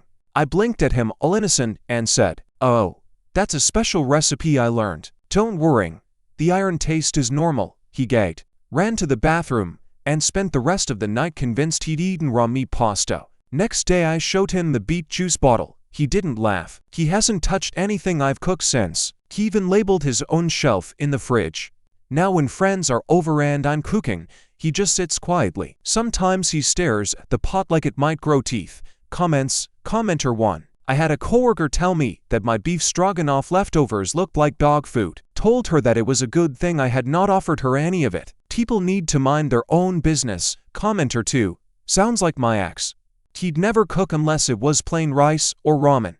He would be ***ch if I or my twin cooked anything that smelled strong, adding salt, pepper, paprika, the cheese sauce packets, etc. Yet he would always eat MRS no problem, and God forbid we get delivery. He'd always make digs at the place, the driver, and the food appearance in general. Glad your roommate is no longer digging at your food, and you can cook hopefully undisturbed. Commenter 3. That's diabolical. You turn pasta night into a psychological horror film. Well played. Stories number 18. Never imagined I'd struggle with turning the ladies down at 44. I'm 40 for divorce. And I never thought one of the hardest things at this age would be telling women I'm not interested. The stereotype seems true. My case, the women classmates, former coworkers, my age who barely looked at me, our 20s, some friend zoned, are now the most aggressive when it comes to dating, hooking up and approaching me, and just as aggressive when I reject them. I've had to block more women in the past year than I ever thought I would in my whole life. Never ever thought that. One even started sharing her location with me after 2 weeks of casual talks, like I needed to see that. Others keep asking why I would refuse dating or sex. Is it their body? Is something's wrong with them? At work I avoid people now. I don't want to explain myself over and over. I didn't expect this mental gymnastics of saying no. It was flattering in one way first 3 times. I did work on myself, general aesthetics and new goals and mindset, but now exhausting in another. Commenter 1. Husband is 53. We don't wear rings because we both work in healthcare. He gets so much attention from the ladies. He keeps asking where they were when he was in his 20s. LOL. Commenter 2. I got divorced at 42 and holy shit did shit get weird for a while. Reply. It sounds cool on paper, but I would never entertain the idea of talking to a bunch of people. It's just too much. Commenter 3. I'm not sure why you are surprised. Look around at dudes in our age bracket. So many look like shit and don't take care of themselves. Another big chunk of them are taken. If you are in decent shape, lift, dress decently, don't buy your clothes at Costco, Target, then you have a lot of options. If you have a few bucks in your pocket, a full head of hair and are over 6 feet, then the options are plentiful. But really the big thing is don't be fat and don't dress like shit. The bar is relatively low and the competition is weak. Commenter 4100%. Only 37, but have had to set clear boundaries and been met with a lot of anger for that. Only 2 women in almost 2 years, have respected my boundaries. One is still a friend. The other one now my fiance. Stick to your boundaries. Don't feel pressured to impress. You got this, buddy. Reply. Agreed. If I communicate respectfully, I need to get it out of my head that I'm not a jerk or something. Stories number 19. Police have informed me that my DNA was connected to the unidentified victim of a historic homicide. Yesterday I was contacted by the police in a province I am not from, I'm Canadian, informing me that my DNA has been found to be connected to the victim of a very old cold case in Canada. Not exactly how I thought my day was going to go at all, but very interesting. When speaking with the detective, I was informed of the individual's presumed heritage and which side of my family the link was made from. But the catch, my grandma knew very minimal about her father, and a relative of mine has been working on a family tree for years, but struggled. So here I am, with nothing to go off of, no idea where to begin. And in 24 hours I've now learned that that entire side of my family was extremely well documented, with multiple records of our entire ancestry tracing all the way back to 1500. Turns out we have been living with a completely unnecessary mystery all of these years regarding our history. So how far back on this family tree should I be handing over? Who should I include? Any help would be appreciated. Please note that I have taken all proper precautions to ensure that this is legitimate and it truly was the police, not a scammer. Comments. Commenter 1. Had this happened about 5 years ago. Also in Canada, it was a cold case homicide detective that contacted me about a case from 15 years before that. They first emailed me through the email address had in my profile on GD Match. It came from their police email account. They gave me their work phone number to call and confirm everything. I spoke for about an hour with the detective and a forensic genealogist they have on staff. I answer any questions they had. Your DNA will help in building your tree. A newspaper subscription can as well. I have one and I am happy to help in the search. I gave the police genealogist access to my Ancestry account. As a viewer, they were able to get the information they needed from that. Commenter 2. Same thing happened with me. Email from police, email with an additional officer CC'd. Gave me their work hash, but I did call the main line for the detachment first to confirm the details. I am putting this family tree together as we speak on Ancestry, which has thankfully been very quick given all the master files, but this individual was murdered a very long time ago. I'm not sure if I'm allowed to share the case details, but if I give a closer estimation it will completely give away the case, which makes me unsure of who exactly to include. Was the case solved in your situation? Commenter 3.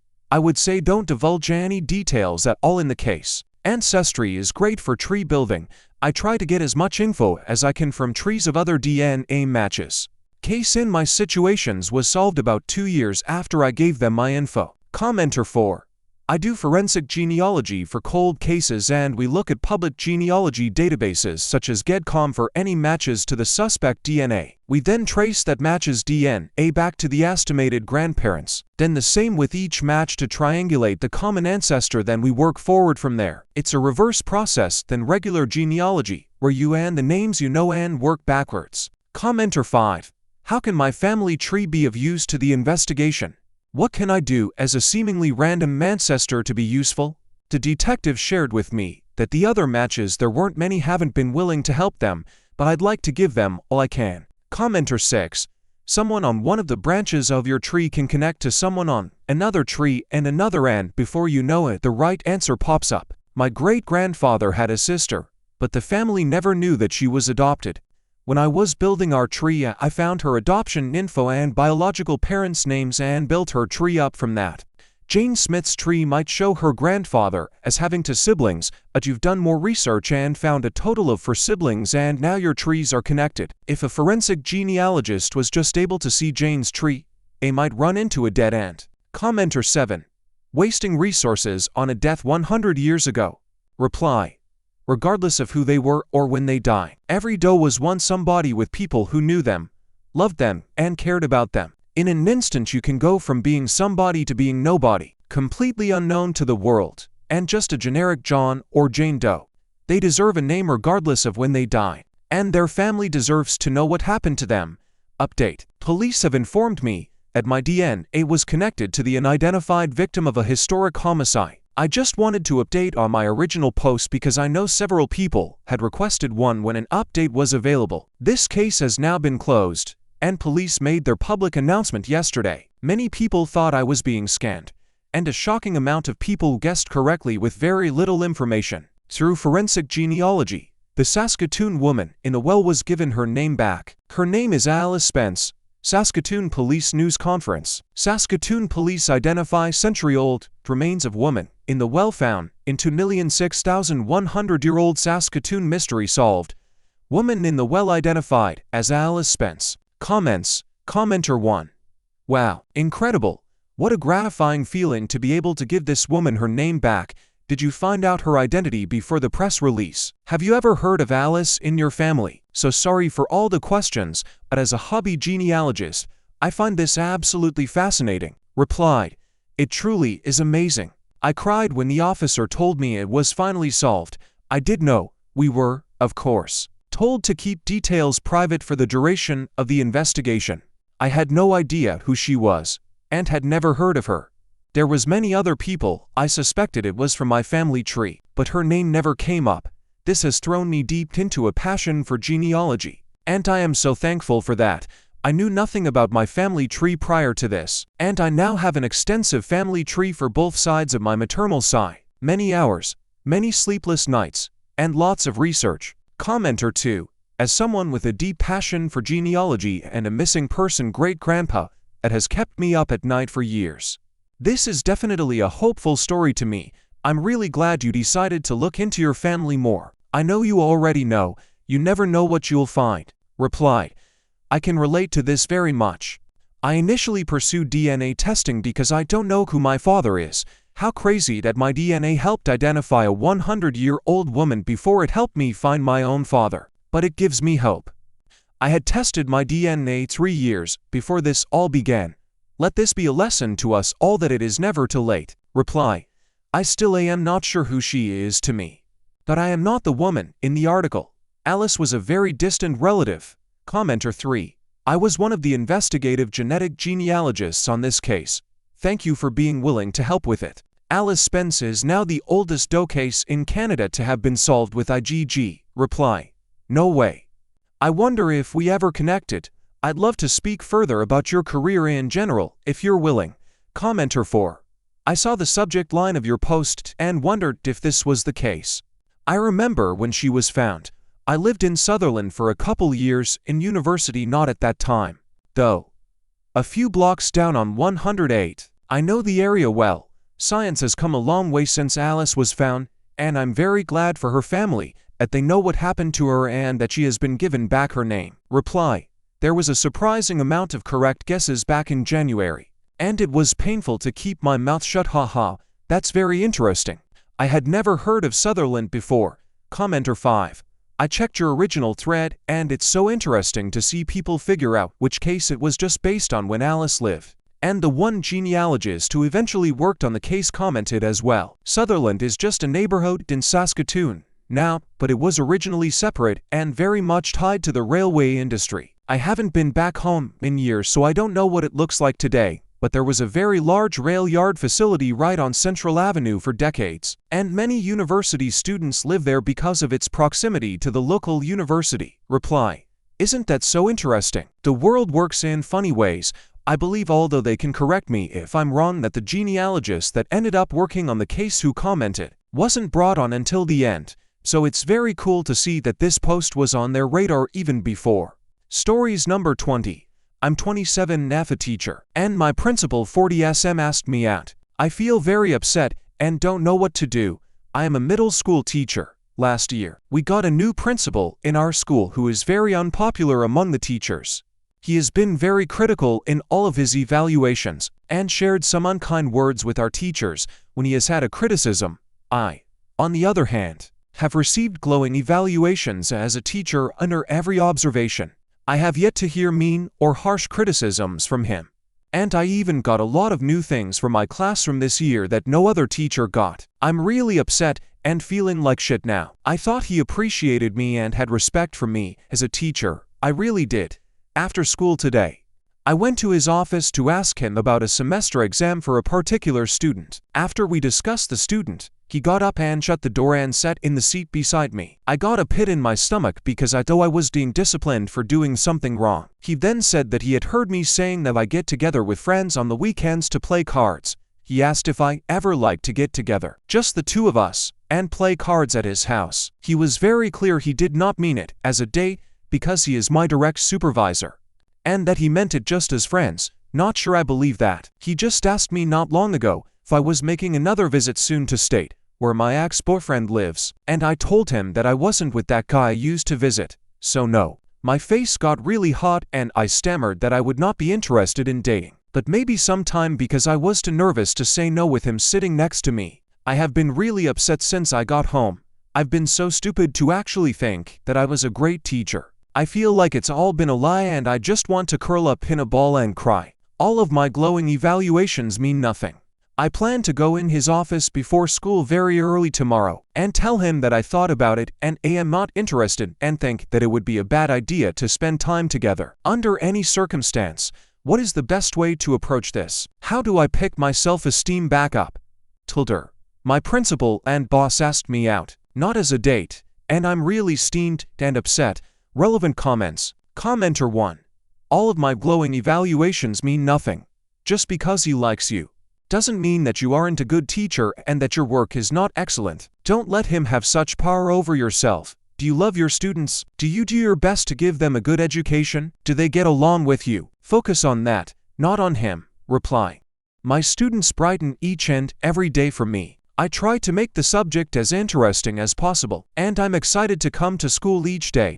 I love each of my colleagues as well. They always ask me why I'm in such a good mood. I take the time to chat with them and see them as often as possible. I have been at the school 2 years longer than this man. Commenter 2. My wife is an elementary school teacher and her principal did the exact same thing last year. The teacher in question filed a complaint with the Teachers Association and the superintendent. The district took it super seriously and the principal was fired and replaced before the end of the school year. You should file a grievance. The principal has a lot of power over the teachers in a school and I can't think of a way to look at a situation like this without there being a serious problem. Reply. I feel like I'm in a sticky situation because he made it clear in telling me that he was not interested in dating, but just hanging out alone. What should I say to him? On the other hand, I do wonder if this could be a blessing in disguise for all of my teacher friends. They are so unhappy. I hate to see them miserable at work. Update. One thing I noticed in the original post is that many replies said to contact H or immediately. Those comments were pretty out of touch with my actual small school system. In a tiny community, the chain of command goes from principal then directly to superintendent of schools. Also, that means that transferring to another school in the district would be out of the question. I thought comments telling me to leave or transfer were taking it a bit too far. I adore the school and I have more self-respect, and to just leave an uncomfortable situation. I received so much encouragement from others in my original post. The next day after I wrote the post, I left very early for school. I arrived before any other teachers were there. Only Mr. S in his office. I left a recorder in my pocket legal in my state, and walked into his office to ask if I could speak with him, briefly, with the recorder on. I told him I was very uncomfortable with being asked to spend time with you at your home alone. He simply said okay, and I left.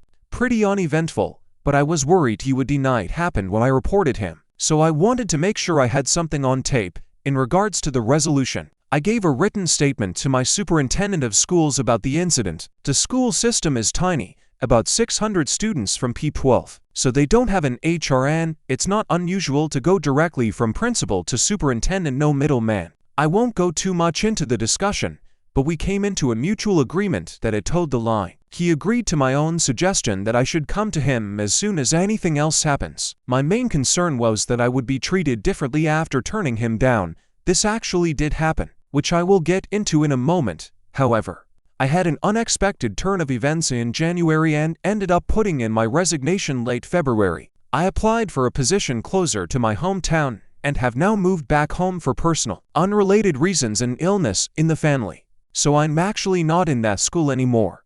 But I miss it very much and hope to go back someday. Once I had put in my resolution, nothing Mr. S did affected me anymore. He never made another pass at me and stopped talking to me completely. In fact, He stopped talking to me at all. It was like I didn't exist. He began ignoring my discipline issues, and I didn't even care since I was leaving in May. After the 2 years of glowing reviews from him, at the end of the year he tore me apart in my evaluation. Despite having only been inside my classroom once that year, I didn't care at all. At the end of the year, the superintendent asked me to reconsider staying. He told me how much he admired the hard work I put into teaching, and he felt that they wouldn't find a quality foreign language teacher to replace me in that small district.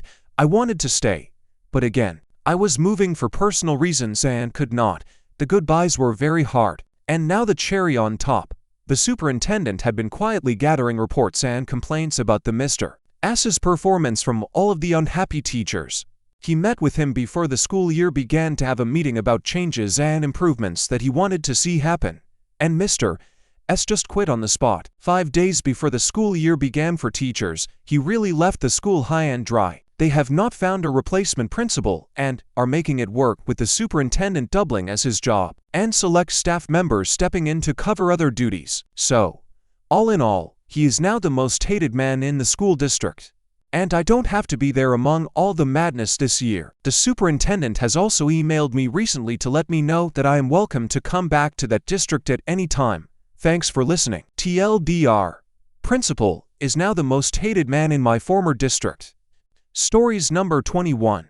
A customer found my home, rang my doorbell for half an hour and left when the cops arrived. I 27F work in the cannabis industry and this man has been a customer of mine for 4 years. Our interactions have been very tame. He walks in, buys his pre-roll and walks out. He's about 3 years younger than me, doesn't have a job, lives with his mom, and doesn't have a car so he walks everywhere. Last Thursday 7/31 he came around to buy his usual. About 5 minutes later he comes back and says, "Do you mind if I sit down? It's just really hot out there." I didn't mind because the heat index was around 104 degrees and I was being polite. I gave him a drink and told him to rest until he was ready to leave. He was wearing a jacket in the middle of a heat wave. He ended up staying for an hour just chatting about random things like the economy, Ozzy Osbourne's death, things going on in his life. It wasn't until he started talking about trying to find a girl to go to the fair with, take on hikes, etc. did I find his being there suspicious. He seems like a really socially awkward guy and, in the 4 years he's been coming to the shop, I never felt threatened by him. I made it pretty clear that I'm working on myself, that I'm going back to school, working out at the gym and focusing on myself. I told him if he was looking for a girl, he should try Hinge or Tinder because I've had luck finding last-minute dates there. I basically kicked him out and said, "Well, it's been nice talking to you, but I have to use the restroom." Before he left he turned to me and asked if I was working on Saturday 8/2. I told him no and then he asked me to the fair. I said no. I'm sorry, I already have plans. Fast forward to around 9:30 p.m. this evening 8/3. I was doing laundry, sitting on the couch when my doorbell rings. We live in condos and normally people come to the back door where the parking lot is. The doorbell ringing is extremely abnormal. I didn't really think much of it. I thought maybe someone had ordered food and it got delivered to the wrong house. I put a load of laundry in and got into the shower. While I was in the shower I heard someone pounding on the front door. I basically ignored it because I'm not getting out of my shower to answer it. Though when I actually got out of the shower my doorbell was ringing incessantly. Ding, ding, ding, ding. Pound, pound, pound. Ding, ding, ding.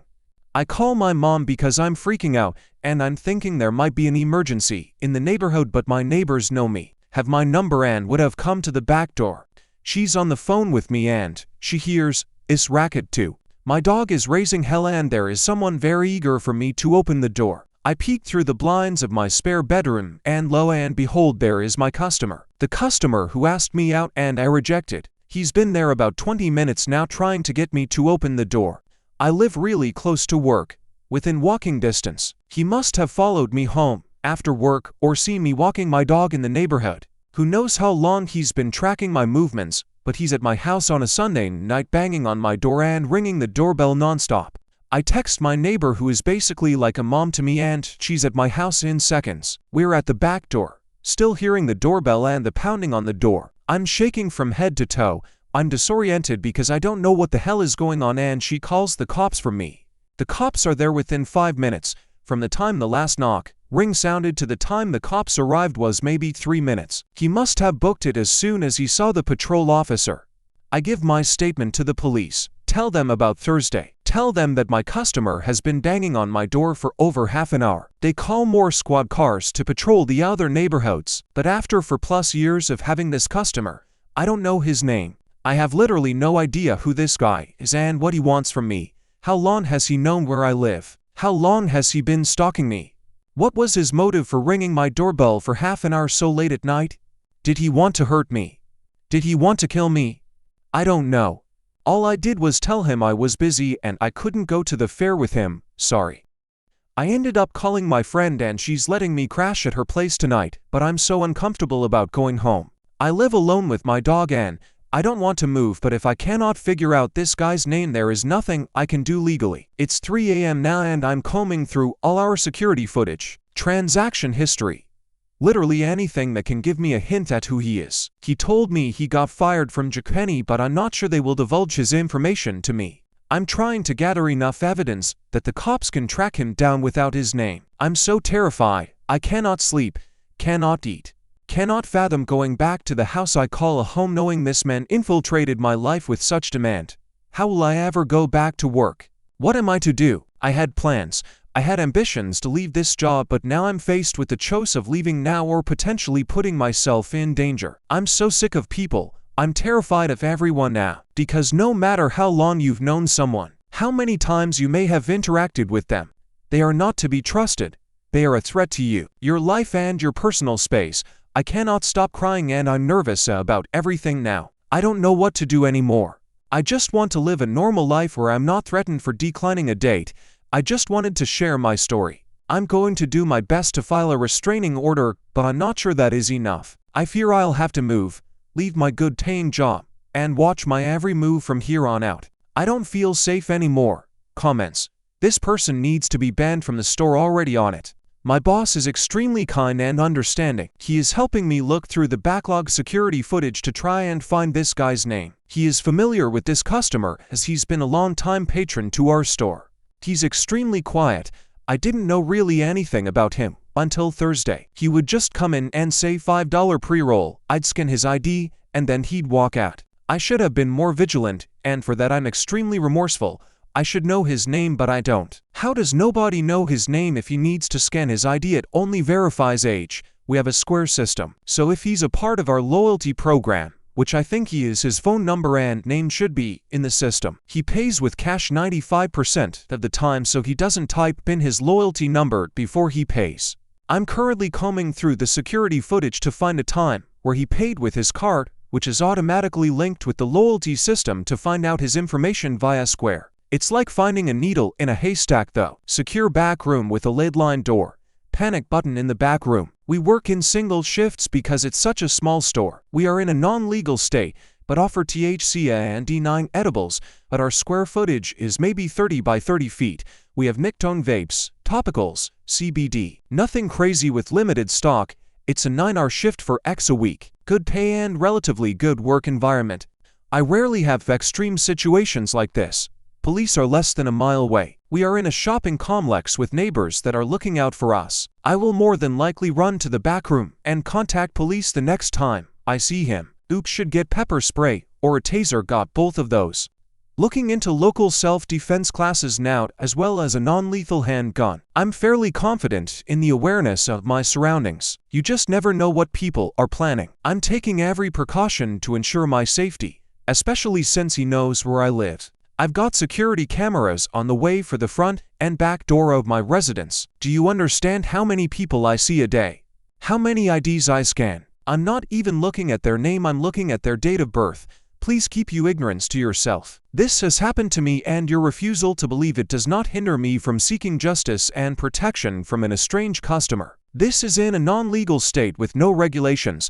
We scan IDs solely for age verification. Cannabis products are regulated like tobacco and alcohol in the state of Tennessee. It is a vape store, CBD, D9 store, and it is about the size of a bodega. Yes, I do lock the door while using the restroom, and we only work one at a time because it's such a small store. It's just me, the owner, and another employee. Just because you haven't seen it doesn't mean it doesn't exist. There are many stores like mine around my small town. Update, I'd first like to say, I wasn't expecting as much engagement as I had on my last post. Thank you to everyone who validated my feelings and gave me helpful advice. If you haven't read that post, I suggest you do because it gives you all the information about what happened to me the night my customer came to my house. I'd like to clarify a few things from my last post that a lot of people had questions about. Although I work in the cannabis industry, I operate in a non-legal state, meaning I only have to scan IDs and not save the person's information each time they make a purchase. THC and Delta-9 are regulated just like alcohol in my state, so I was unable to get the person's information solely from his ID. It's been a month, so I'd like to update everyone on how I'm doing, what has happened since, and what I'm doing legally to protect myself. I won't go into much detail, but I was able to find the person's information through our security camera and Square Business portal. I found a time where he used a credit card, and since he was a loyalty member with us, his name was attached to the account. I paid for a background check and was able to find a full name and address, which I gave to the police, as well as all the security camera footage I had on the day he asked me out, and I refused. All the evidence was sent to the police and compiled into an evidence folder. The police officers visited his home, asked him questions about the night that he came to my house, and knocked on my door for half an hour. On body camera, he admitted to coming to my house, and his excuse was that she sold me gummies that made me high for 5 days. Like, that's not an excuse for coming to my home at 9:30 at night. I assure you, if there was a THC gummy in non-legal state that made you high for 5 days, no one would not be able to keep them on the shelf. This was enough for the cops to allow me to press charges of harassment against him. In order for him to make bail, he had to sign a bond condition stating that he would not come to my house or my place of business. If he broke that bond condition, he would be rearrested and charged with aggravated stalking, which is exactly what happened today. After almost a month of not seeing this person, I saw him walking in front of my store. I didn't think much of it, although it did frighten me. I continued to help customers and did my job. He was not approaching the building, and there was no reason to lose my cool over just seeing him. That is, until he walked by again. I ended up locking the door and watching his movement from the window. He turned a corner and I figured, okay, he's leaving, it's nothing to worry about. I unlocked the door to resume business. I was sitting down at the computer when all of a sudden he enters the shop and sits down in one of our waiting chairs. I wasn't paying attention to the outside, so he came out of nowhere and shocked me. I say to him calmly at first, "You need to leave or I am calling the cops," and he replies, "Why?" I just kept repeating myself and he keeps saying, "Why? Why? Why?" I finally reach for the phone and I'm now screaming at him to leave. "Get the fuck out of here, I'm calling the cops." What irked me the most is not that he had the audacity to violate his bond condition and come to my store, but that he kept saying my first name. Please don't call the cops." Why? Why? I didn't even know his name until I pressed charges against him, and he acted like we were friends, like he had every right to be at my place of business, and that I wouldn't call the cops on him again because we had some sort of relationship. It all happened so quickly, and when he finally left, I locked the door again and proceeded to have a full-blown panic attack. I don't know if anyone else has experienced a panic attack, but it felt like someone had dunked my head underwater and I couldn't breathe. My entire body was shaking from head to toe and I was sobbing. I called the owner and he came shortly after. We phoned the police and they did exactly what they said they would do. I had to pull the security camera footage from the event and hand it over to the cops.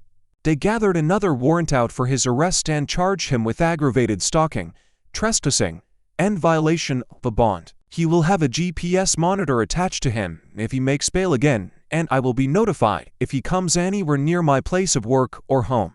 They will also call me to notify me if he is bailed out. I will be filing an order of protection in the morning. I did not previously file one because I was under the assumption that he would not come back after the bond condition. Lesson learned. I've installed security cameras at the front and back of my house. Have notified all my neighbors and the surrounding businesses by my work to be on the lookout for him. I truly was getting better. I was focusing on my mental health, playing a whole bunch of Animal Crossing, working out daily, focusing on treating myself with kindness, but after today, it's like I've been transported to day one all over again. I start a technical course on Monday, which will hopefully get me out of retail, but for now I have to continue to work at my job and provide myself an income. I'd just like to say to all the men and women out there dealing with a customer who is a bit too friendly, or has made advances towards you, to never take these things lightly. Please learn from my experience that no matter how long you've had a customer, how many times you've interacted with them, that they may have ulterior motives. I never thought he would come back, but he did. I genuinely thought the next time I would see him is at his court hearing when I testified, but he threw away his life today by trusting me not to call the cops. I will not apologize for protecting myself. He had it coming to him. I'm more angry than anything, but I'm eternally grateful that the local police have made an effort to keep this individual away from me. Please take care of yourself and trust your gut when it comes to people that are suspicious. No one should have to go through what I'm going through, and it's all because I refused to go on a date with a customer. Some of the comments: I'm seeking therapy ATM because every time I hear a knock or doorbell, even in a TV show, I immediately start getting anxiety. I've woken up from dreams where I'm haunted by the sound of a doorbell. PTSD is real, and it's wild to me that anyone, especially customers, inflict this kind of torture on an individual. Feeling high for 5 days sounds like a manic episode. I didn't even think about that. I just assumed he was on harder drugs like meth or something. My understanding from what the cop said is that the judges do not take violation of a bond agreement lightly. I'm hoping whoever is presiding over his case will deter from lawyer inferences. I'm staying strong. I will be sure to update everyone after his trial and he has been sentenced. Thank you for the support. US retail folks really need to look out for one another. It's like the Wild West out here. Stories number 22. My mom wants to move into my guest room after selling her house and blowing through the money, and I refused. I never imagined I'd be in this position with my mom, but here we are. For context, I'm 30, married to my husband, David, who's 31. We own a small 2-bedroom house in a quiet neighborhood. It's nothing fancy, but it's ours. One bedroom is our room, obviously, and the other is David's office because he works remotely full-time. His job requires long calls and multiple monitors, and having him in the dining room or living room would make our entire house feel like a cubicle. My mom, Susan, is 58. She's always been a bit impulsive. When my dad left when I was a teenager, she started leaning on treat yourself as her personal life motto. She worked hard, I'll give her that, but any time she had extra money, it seemed to burn a hole in her pocket. Growing up, I was used to seeing her come home with random bargains from the mall or announce last-minute trips to Vegas when bills were barely paid. I thought once she hit her 50s she'd calm down, maybe get more practical, but instead it feels like she doubled down. She recently sold her house, the one I grew up in, after saying she was tired of maintaining it. The market was good, and she walked away with a nice chunk of change. I thought, okay, maybe she finally get herself a manageable condo, or at least a decent apartment, something stable. Instead, she blew through an obscene amount of it on cruises, shopping, spa packages, and what she called living her best life. At first, I didn't say anything. She's an adult. It was her house, and if she wanted to celebrate after decades of stress, fine, but after months of splurging, she suddenly started bringing up how expensive everything is now and how she didn't realize how much apartments cost. I bit my tongue, but in my head, I was screaming, yes, Mom, rent has gone up for everyone. That's why most people don't treat their savings like a vacation fund. A couple weeks ago, she came over for dinner. Halfway through, she casually dropped, "So, when I move in, I'll try to stay out of David's way during the day." I nearly choked on my food. She hadn't asked, she'd just assumed. I looked at her and said, "Wait. What? Move in?" She smiled like it was obvious and said, "Just for a little while, until I get back on my feet. You've got that extra room." I told her that wasn't an extra bedroom. It was David's office, and he can't just relocate. He's on calls constantly, and if he's sitting at the dining table all day, our whole house is disrupted. She waved her hand and said, "Oh, he can make do. Family is supposed to help family." That's when I lost my patience. I told her point blank that she had the means to set herself up comfortably, that she chose to spend recklessly. It wasn't my job, or David's, to rearrange our lives because she ignored reality. She huffed, said she'd barely be around anyway and wouldn't bother us. I reminded her that even if she were gone most of the day, she'd still need a place to sleep, shower, store her stuff, and that's not invisible. She got teary. saying I was being selfish and abandoning her, that after everything she sacrificed for me growing up, the least I could do was give her a place.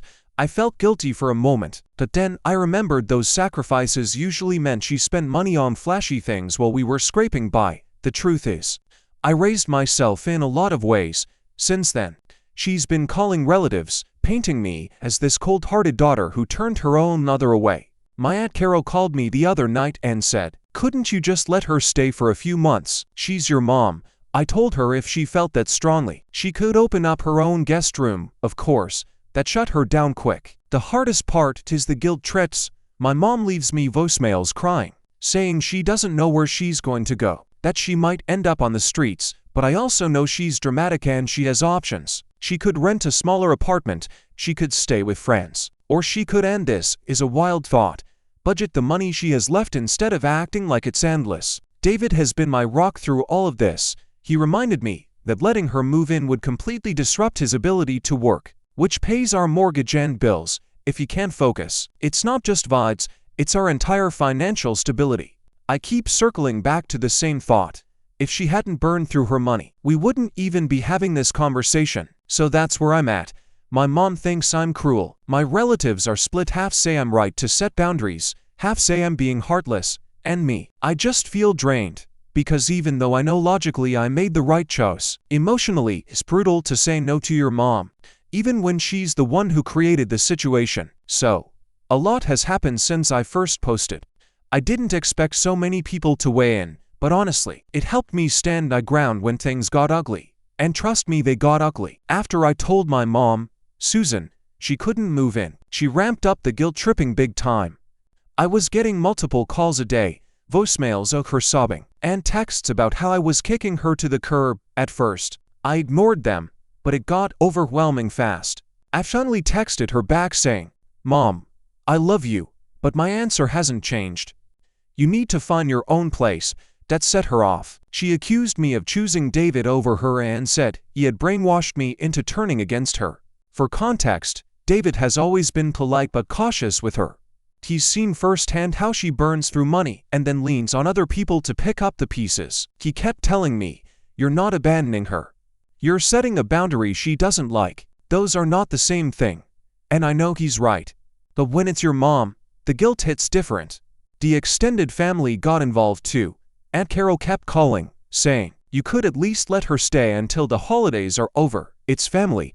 I told her, again, if she felt that strongly she could house my mom. She sputtered and said, "Well, we don't have space," which, for the record, they do. They have a 3-bedroom place and only one kid still at home. They just don't want the hassle. They want me to be the good daughter and take the heat, while they play supportive relatives from a distance. My grandparents even called me, which was rough. They're in their 80s, old school, and they think kids should take care of their parents no matter what. I tried to explain the situation calmly, that David works from home, that we bought a 2-bedroom because that's all we could afford, and that my mom had money but chose to spend it recklessly. They sighed and said, "She's still your mother." I cry after that call because it felt like I was being painted as cold, when I've spent most of my life picking up her slack in some way or another. Here's the kicker. Susan did have money left. Not as much as before, obviously, but enough that she could have put down deposits on an apartment. Instead, she wanted to save it for experiences and thought living with me would give her breathing room. I only found that out when my cousin Ashley let it slip at a family dinner. Ashley basically said, "Well, she told me she still has a good chunk in savings, she doesn't want to waste it on rent."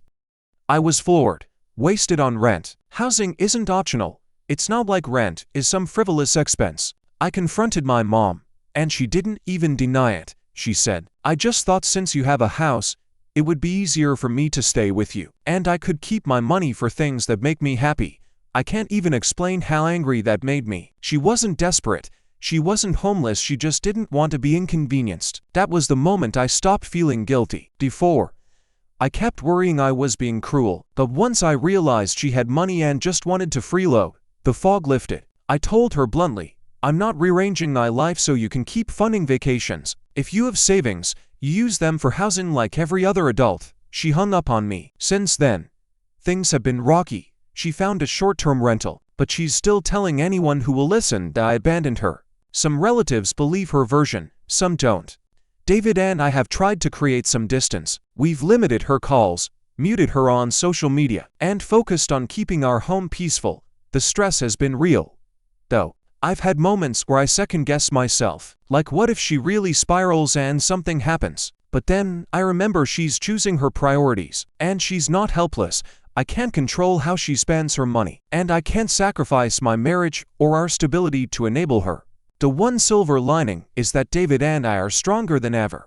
He's been patient when I've had breakdowns about this, and he keeps reminding me that boundaries are love too, even if my mom can't see it that way. So yeah, not exactly the happy ending I wanted, but at least now I feel clearer. My mom has a roof over her head, even if it's not ours. And I know I did the right thing. It's been a couple more months since my last update, and wow, things have continued to spiral in ways I couldn't have predicted. After my mom, Susan, found that short-term rental, she lasted there for maybe 6 weeks before calling me again. She said the place was too depressing and that she couldn't stand being in a shoebox with beige walls. She was paying rent but complaining nonstop to anyone who would listen. Then she started hinting, not outright asking this time, but hinting that she could be happier if she just stayed with us for a bit. I shut it down immediately. I told her, "Mom, we've already talked about this. The answer hasn't changed." She tried to spin it like it wasn't about freeloading. It was about wanting to be closer to family. I reminded her she had siblings, nieces, nephews, even my grandparents. She could be close to family without moving into our office. She got quiet and then started crying, which has kind of become her go-to move whenever she doesn't get her way. Here's where it gets messy. My Aunt Carol has fully taken up Susan's side. She calls me constantly to tell me I'm being cold, that Susan just needs love and support, and that she doesn't know how Susan raised such a selfish daughter. I told her point blank that if she feels so strongly, she can open her home. That led to a screaming match where Carol accused me of being poisoned by David. She actually said, "You used to be sweet before you married him. Now you're heartless." David, for his part, is staying calm, but I can tell it wears on him. He told me the other night, "It's not me versus your mom. It's us versus dysfunction. If Carol can't see that, that's on her." He's right. But it still stings to hear my own family acting like I'd betrayed them. Meanwhile, my cousin Ashley, the one who spilled the tea about Susan's savings, has been quietly supportive. She pulled me aside at a family gathering and said, "Honestly, I think you're doing the right thing. Grandma and Grandpa are just too old school to understand. Mom's in denial because she doesn't want to deal with Aunt Susan herself, but you're not crazy. You're just the only one saying the quiet part out loud."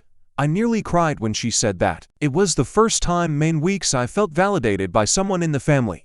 And then, just to add another layer, my grandparents got dragged back in. Susan went to them with this sob story about being rejected by her own daughter. They called me and asked if I'd reconsider just for a few months.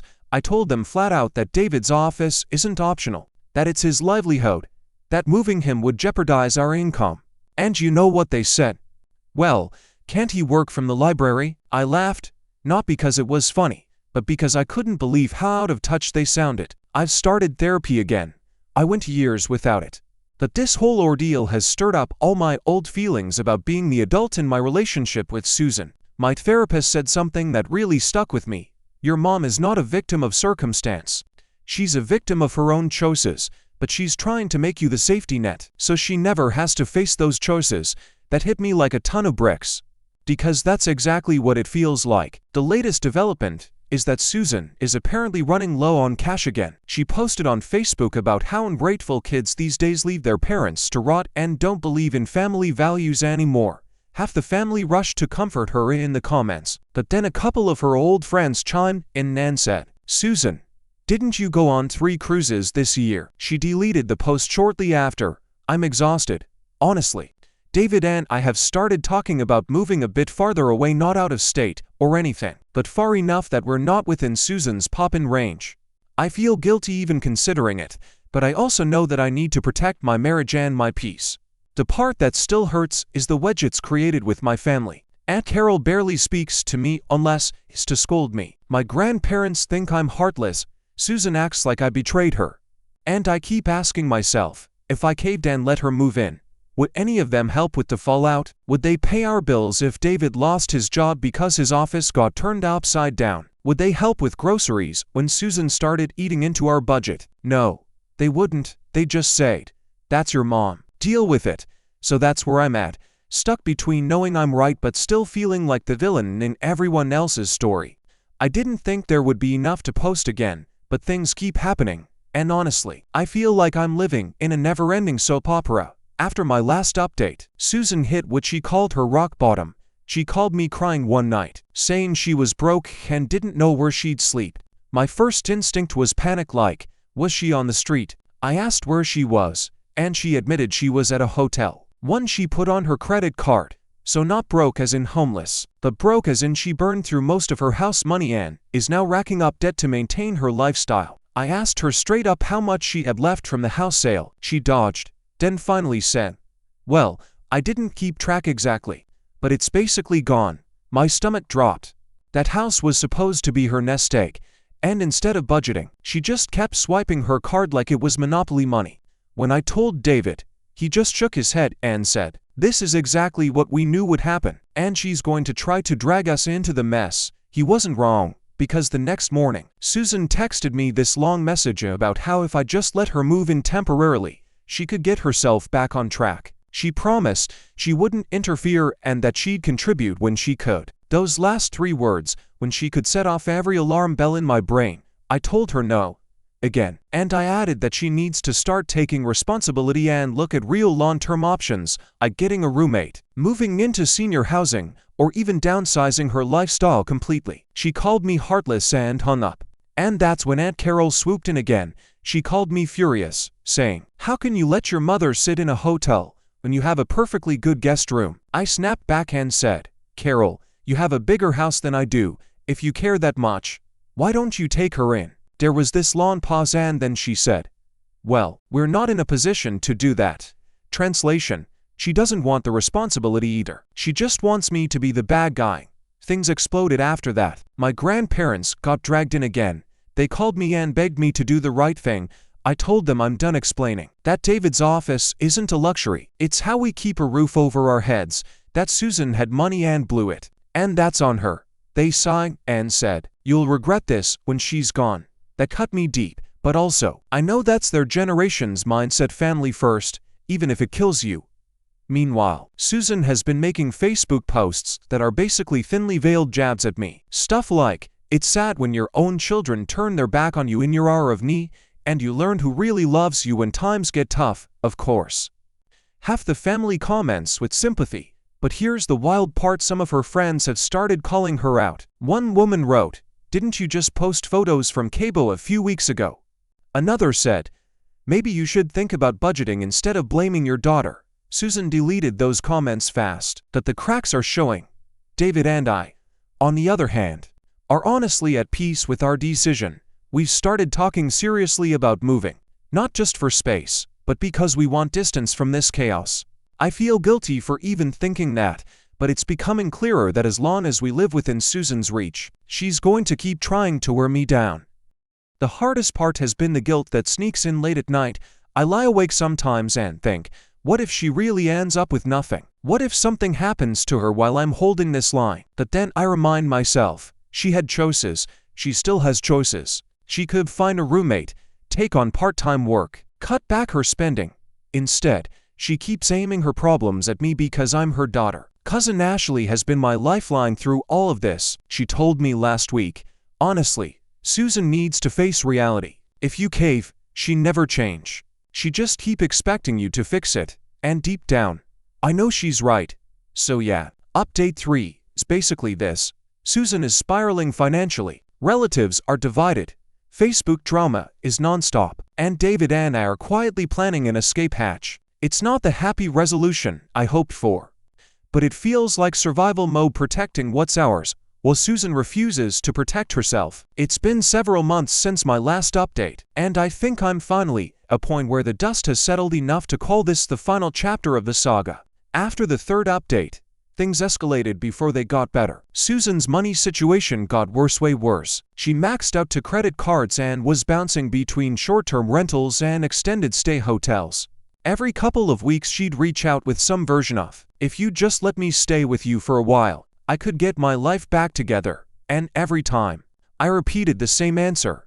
No, it was brutal emotionally. Because saying no to your mom when she's crying on the phone is one of the hardest things I've ever done. But every time I felt myself wavering, I'd look at David sitting in his office, working hard so we could pay our mortgage. And I remembered, this wasn't about cruelty, it was about survival. The breaking point came when Susan showed up unannounced at our house. She had 2 suitcases and this look on her face like, surprise. I'm here. David was in the middle of a client call, and I nearly lost it. I told her she couldn't just show up like that. She started crying on the porch, saying she had nowhere else to go. I told her flat out, Mom, I love you, but you cannot live here. You have to figure this out yourself. She accused me of abandoning her, said I'd regret this for the rest of my life, then dragged her suitcases back to her car and left. That night, David and I sat down and made a decision. We were moving, not just for space, but for boundaries. We started looking for houses farther out, and by sheer luck, we found a 3-bedroom ranch about 45 minutes away in a quieter town. It stretched our budget, but with the market the way it was, we decided it was worth it. David would get a proper office, and I'd finally feel like we weren't just waiting for Susan to show up at our door again. The move caused a massive rift in the family. Aunt Carol called me selfish and said I was running away from my responsibilities. My grandparents told me they were disappointed, but cousin Ashley cheered me on. She even helped us pack. She said, "Good for you. You're breaking the cycle." And honestly, hearing those words made me cry. Meanwhile, Susan eventually landed in senior housing. Not because she wanted to, but because she ran out of options. She applied for a subsidized program and was accepted. She made a big show of acting like it was beneath her. But the reality is, it's stable, affordable, and she can't blow through money she doesn't have. When I visited her there the first time, she said, "Well, I guess this is my life now. Thanks for nothing. That's done." But it's also made me realize she probably never see me as the daughter who set boundaries out of necessity. She only ever see me as the daughter who said no. The Facebook drama eventually died down. People moved on to other things. Some relatives still side-eye me at family gatherings, but I've stopped trying to defend myself. When someone hints about family obligations, I just smile and say, everyone has to make their own choices. Then I walk away. It's not my job to make them understand anymore. Therapy has been a lifesaver. My therapist keeps reminding me that boundaries aren't abandonment, they're protection, and that it's okay to love someone and still say no to them. That's been my mantra through all of this. As for David and me, we're doing better than ever. To move gave us breathing room, and the extra bedroom means he has a dedicated office and I finally have space for a hobby room. Our house feels like our sanctuary again. Not like a stage waiting for my mom's drama to play out. I'd be lying if I said there aren't moments of guilt. I still hear Susan's voice sometimes, accusing me of betrayal. But then I think about what would have happened if we let her move in. We'd be broke, stressed, and miserable, and she'd still be unhappy. Because her problem isn't a lack of space, it's a lack of accountability. So here's where I leave it. My mom is in senior housing. My family is divided, but my marriage is strong and my home is safe. I didn't get the happy, picture-perfect ending where Susan and I find harmony. What I got instead was peace of mind and the realization that I don't have to sacrifice myself just to keep the peace. And honestly, that's enough for me. Stories number 23. My roommate says my bedroom has better vibes and wants me to swap with her. But I refused when my lease started 6 months ago. I thought I'd finally lucked out. I found an apartment that was in my budget, close enough to campus, and not some sketchy basement situation like the last place I lived. The only catch was that it was a 2-bedroom, so I needed a roommate. I met Jessica through a friend of a friend. She's 25, I'm 21, and even though we're not super alike personality-wise, she seemed nice, responsible, and stable. That was enough for me. When we toured the place together, the landlord gave us the breakdown. The 2 rooms were different sizes. One was smaller but brighter, with big windows that caught the morning sun. The other was bigger and closer to the bathroom, with more wall space for furniture. To keep things fair, we split rent unevenly. I pay $740 for the smaller room, and Jessica pays $810 for the bigger one. We both agreed that was fair and moved in. For the first 2 months, things were smooth. We weren't best friends, but we coexisted well. I'm a full-time student, so I spend a lot of time on campus or buried in books. Jessica works in marketing, does a lot of remote calls from home, and she has more of a spiritual free spirit vibe. Crystals, incense, yoga mats, that's her aesthetic. I don't mind it at all. We've even done a couple of yoga sessions together in the living room. Everything was fine until literally yesterday. I was in my room, cramming for an exam, when Jessica knocked on my door. She came in looking kind of restless and said, "Hey, can we talk?" I assumed it was about chores or bills or something, but no, she says. "So I've been thinking. I really think we should swap rooms." I was confused. I asked why. Because we'd already settled this months ago. She told me that my room has better vibes and that the energy flow in hers feels blocked. At first, I thought she was joking, but she was dead serious. She said she's been having trouble sleeping, feeling stuck in her job, and overall just feeling off, and she's convinced it's because her room is cursed or has stagnant energy. I kind of laughed, not in a mean way. Just out of surprise, I said, "Jess, I've literally drilled shelves into the wall, set up my desk, hung up art. I can't just up and swap rooms." I told her I was happy to help her redecorate or rearrange furniture. Maybe even get some plants or mirrors to brighten it up. But she shook her head and said it wasn't the same, that the universe was favoring my room. I told her flat out that I wasn't moving. I have finals in 2 weeks. I'm barely sleeping as it is, and I can't spend time hauling my bed and dresser across the hall just because she doesn't like her vibes. She got quiet, then said, "If you really cared about me as a friend, you'd compromise." That line hit me wrong, because one, I thought we were roommates first, not besties who owe each other huge sacrifices, and two, it felt manipulative. I told her no again, more firmly, and that I wasn't going to keep talking in circles about it. She gave me this look, like I'd kicked her puppy, and just walked out. Since then, she's been giving me the cold shoulder. No small talk, no hate. "How's your day?" She slams cabinets louder. She doesn't look at me when we pass in the kitchen. Last night she had a couple of her friends over and I could hear her in the living room telling them she doesn't even care about my well-being. She's so selfish. Now I feel super uncomfortable in my own apartment. I didn't think refusing to swap bedrooms would make me public enemy number one, but here we are. I keep second-guessing myself. On one hand, it feels like a ridiculous ask. People don't just switch rooms 6 months into a lease because of vibes. On the other hand, she seems genuinely upset, and I hate conflict. I don't want this to blow up our living situation, but I also don't want to let myself get walked over. Am I really that selfish for saying no? It's been a couple of weeks since I wrote about Jessica wanting me to swap bedrooms with her, and I honestly didn't think it would get this dramatic. I figured she'd pout for a few days, maybe burn some sage in her room, and then move on. Nope. Things actually escalated. At first, it was just the cold shoulder. She barely said 2 words to me unless it was about bills. I thought if I gave her space, she'd let it go.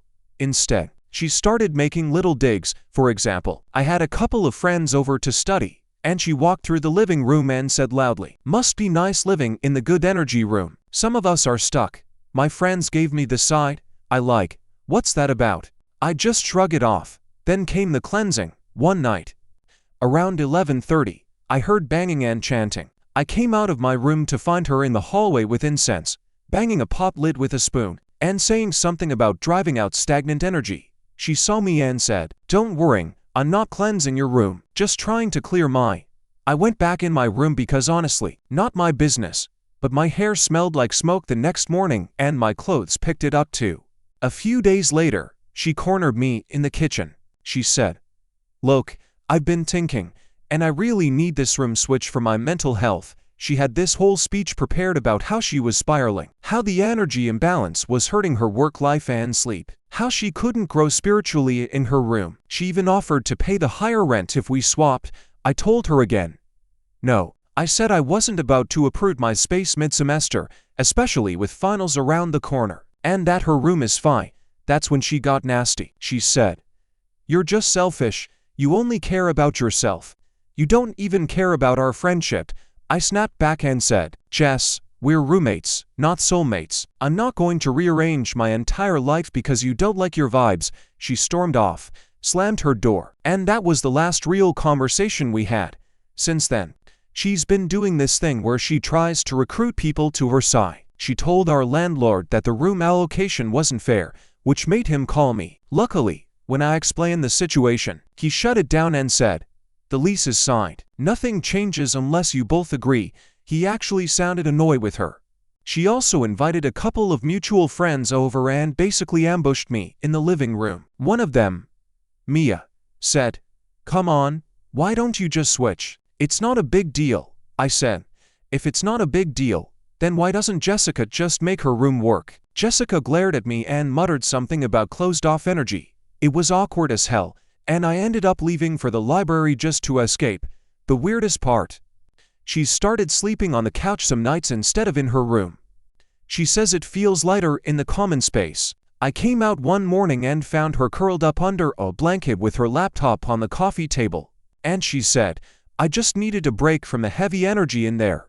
I didn't even know how to respond. I've tried to be civil. I still clean my share, pay my share, and even offered again to help her redecorate or rearrange. She refuses. She's convinced my room is blessed and hers is cursed. Now, I'm at the point where I'm wondering if I can live with this for the rest of the lease. We still have 6 months left, and the vibe, no pun intended, in the apartment is so tense. I come home and feel like I'm walking on eggshells because I never know if she's going to ignore me, make a snide comment, or burn sage in the hallway. I'm starting to look at sublease options, even though moving mid-year would suck financially. But honestly, dealing with this for another 6 months might suck worse. So yeah, what I thought was a silly roommate spat about vibes has turned into full-on passive-aggressive warfare. It's been a few months since I last posted, and I can finally say this will be my last update. The lease is over, the apartment is behind me, and I have a lot of thoughts about what happened. Things with Jessica didn't get better after my last update. If anything, they got stranger. The cold shoulder phase turned into a passive-aggressive roommate phase, and then into a full-on weird energy war phase. She started leaving crystals outside my door, telling me they were to balance the flow between the rooms. At first, I moved them back to her room, but she just put them outside my door again. Eventually, I gave up and tossed them in a drawer. She also doubled down on the "my room is cursed" thing. I caught her on FaceTime with some psychic-looking woman who was telling her to purge negativity by rearranging furniture and banishing envy from the household. That night, Jessica left a bowl of salt water outside my door. I almost tripped over it when I went to the bathroom at 2 a.m. I dumped it down the sink the next morning and she flipped out, saying I'd interfered with her ritual. The weirdest stunt came in early June. I got home from class and my bed was gone. Like, gone. My mattress was leaning against the wall in the living room. My sheets were in a pile, and Jessica was sitting cross-legged in the middle of my now empty room with incense burning. I lost it. I yelled, "What the hell are you doing in my room?" She calmly said, "I needed to test the energy." She had literally dragged my furniture out just to see how the room felt without me in it. That was my breaking point. I told her she was completely out of line, and I was calling the landlord. She cried and said I was being hostile and not respecting her spiritual needs. I told her flat out, "I don't care about your vibes. I care about my privacy and my stuff. If you come into my room again, I'm changing the locks." After that, I stopped trying to make peace. I kept everything locked up, stayed at the library late, and basically treated the apartment like a crash pad. I started subletting groups online and even toured a couple of other places. But rent everywhere had shot up and I couldn't swing double rent with finals looming. So I stuck it out. By July, we were basically ghosts to each other. She spent most nights on the couch or at her boyfriend's, and I stayed out of the apartment as much as possible. The tension was awful, but at least the direct drama died down. Finally, in August, the lease ended. I was packed and ready to weeks early, on move-out day. Jessica tried to give me this teary speech about how she hoped I'd learn something about sharing space with open energy and how she hoped the universe would be kinder to me in the future. I just nodded, handed in my keys, and left. Now I'm living with a different roommate, my friend Marissa, who I actually know and trust. Our apartment isn't perfect, it's older, and the walls are thin, but it's peaceful. No crystals outside my door. No salt water bowls, no surprise furniture rearrangements, just two people paying rent, cleaning up after ourselves, and watching Netflix together when we have the energy. Looking back, I don't think Jessica was a bad person, but she was definitely the wrong roommate for me. What she saw as spiritual needs came across to me as manipulative, invasive, and exhausting. I spent months second-guessing myself, wondering if I was selfish for not switching rooms. when the truth is, she never respected my boundaries. If I learned anything, it's that choosing a roommate is about more than whether someone seems nice or responsible. It's about lifestyle compatibility, communication, and respecting personal space. Jessica and I didn't have that, and it turned a decent apartment into a miserable experience. So, final verdict, I don't regret refusing to switch rooms. I regret not standing up for myself harder when things first started getting weird. Next time, I'll know better, and honestly, my new room may not have better vibes, but it's mine. And that's enough. *** Stories number 24. My strangest rental showing ended with "You'll need to repaint" years ago. When I was still relatively new to being a landlord, I had one of those experiences that you don't forget. For context, I own a house in a mid-sized American city. It wasn't a mansion or anything like that, but it was a nice 4-bedroom, 3-bathroom place with a decent yard. I bought it in my 20s, lived there for a while, then moved into a smaller condo after I got a promotion that had me traveling all the time. Instead of selling, I decided to rent it out because the neighborhood was go and it would make a solid long-term investment. So I listed the house online and started holding showings. For the most part, things went fine. I had a handful of applicants come through, some single professionals, some small families. A few people seemed serious, but nobody had signed yet, so I kept scheduling tour. I figured I'd eventually find someone who was a good fit. And then came the day of that showing. I'll never forget it. I pulled up at the house about 20 minutes early to open everything up, check the lights, and make sure the place looked presentable. The house had been freshly painted inside, all clean white walls, and aside from one cracked tile in the kitchen, it was in great shape. I was proud of it. Then, right on time, a minivan pulled up. Out climbed a woman who I'll call Karen because honestly, there's no better name for her energy. Her husband Rick, and their 3 teenage boys, Tyler, Josh, and Brandon. The second the kids' sneakers hit the driveway, they were gone, running full tilt into the house. No introductions, no hesitation. Within 5 seconds they were in the living room, literally chasing each other in circles. I was standing there holding my clipboard, thinking, okay, that's not ideal, but maybe they'll calm down once Mom and Dad start looking around. Spoiler, they did not. Karen walks in like she owns the place. No hi, no handshake, no small talk, just, Karen, you said it had 4 bedrooms. Me, it does. 4 bedrooms, 3 bathrooms, 2 of them man suites. Karen, frowning, but only 2 have private bathrooms. The other 2 would have to share one. Me, right? 2 bedrooms upstairs share a bathroom. The master and the guest suite each have their own. Karen, well, that's a problem. My boys don't like to share bathrooms. Meanwhile, said boys were still sprinting around the house. At one point Tyler, the tallest, actually jumped onto the stair railing and slid down like it was a playground. I winced so hard I thought my jaw would lock. Rick, the dad, was silent through all of this. He trailed behind Karen like a shadow, nodding occasionally, but not once did he try to wrangle the kids or say anything about their behavior. Karen marched into the kitchen, looked around, and then folded her arms. Karen, you'll need to repaint. Me, repaint? Karen, yes, these walls aren't calming. My family needs calm colors. This stark white makes us feel anxious. Me, the entire house was just painted white last month. It's fresh, clean, and neutral. Most renters prefer that. Karen, shaking her head. No, beige, maybe sage green, something soothing. You'll need to repaint before we move in. At this point, my internal alarm bells were screaming, but she wasn't done.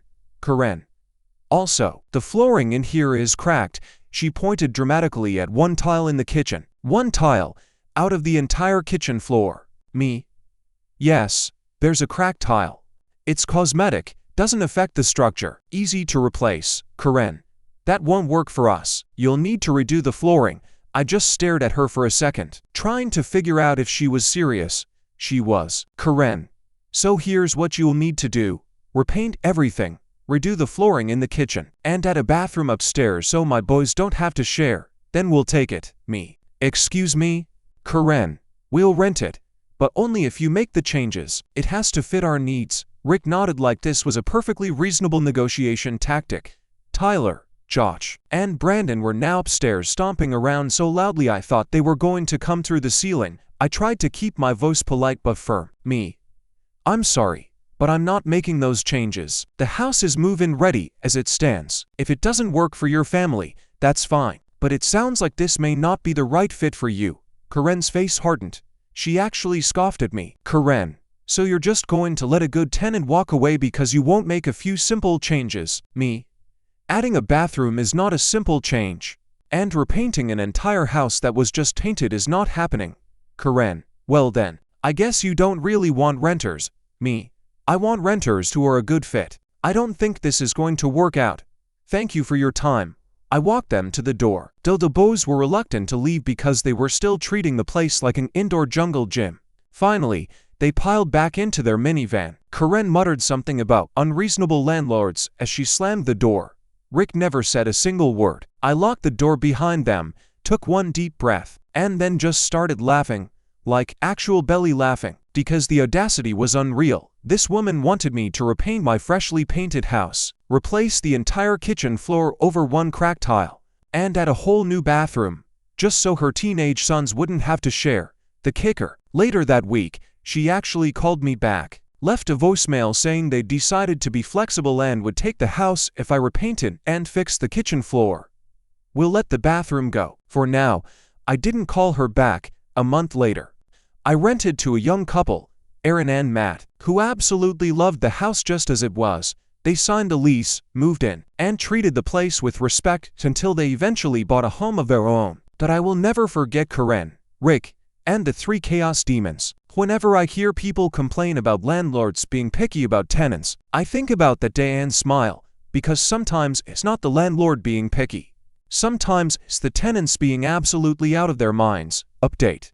It's been years since I posted about the infamous "You'll Need to Repaint" showing, and I thought I'd put this little saga to rest with something that recently happened that made me laugh all over again. After renting to Aaron and Matt, the dream tenants, I had a pretty good streak of responsible renters, nothing dramatic. Just the usual maintenance requests and turnover. Being a landlord can be stressful. But I kept things fair, stayed on top of repairs, and treated my tenants the way I'd want to be treated. The house has been a blessing financially, so I don't regret keeping it. Every now and then though, I'd think about Karen and her entourage. The way she walked into my house like she was auditioning for HGTV, making demands as if I had listed the place as a Build-A-Bear instead of a rental property. For a while, it was just a funny story I'd pull out at dinner parties or when talking to other landlords about nightmare showings. People always laughed at the bathroom demand, because that one took the cake. Fast forward to about 6 months ago. I was grabbing coffee at a small cafe in town, scrolling emails while waiting for my drink. I heard this familiar, grating voice at the counter. I didn't even need to look up. My brain instantly screamed Karen. Sure enough, I glanced over and there she was. Same haircut, same I'm in charge posture. Ordering like the barista was a personal assistant. Behind her was Rick, still quiet, still expressionless, still trailing behind like a shadow, and the kicker. 2 of her sons were with her. Older now, late teens or maybe early 20s, but unmistakably the same trio of chaos demons who once used my rental as a playground.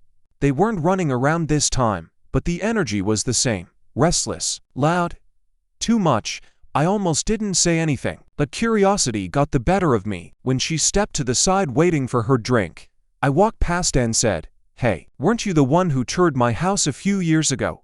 Her eyes snapped to mine, and you could see the wheels turning. It took her a beat, but then recognition hit. She pursed her lips and said, "Oh, yes, that place. The one you refused to repaint?" I smiled. "The one that was freshly painted?" "Yeah, that's the one." She rolled her eyes.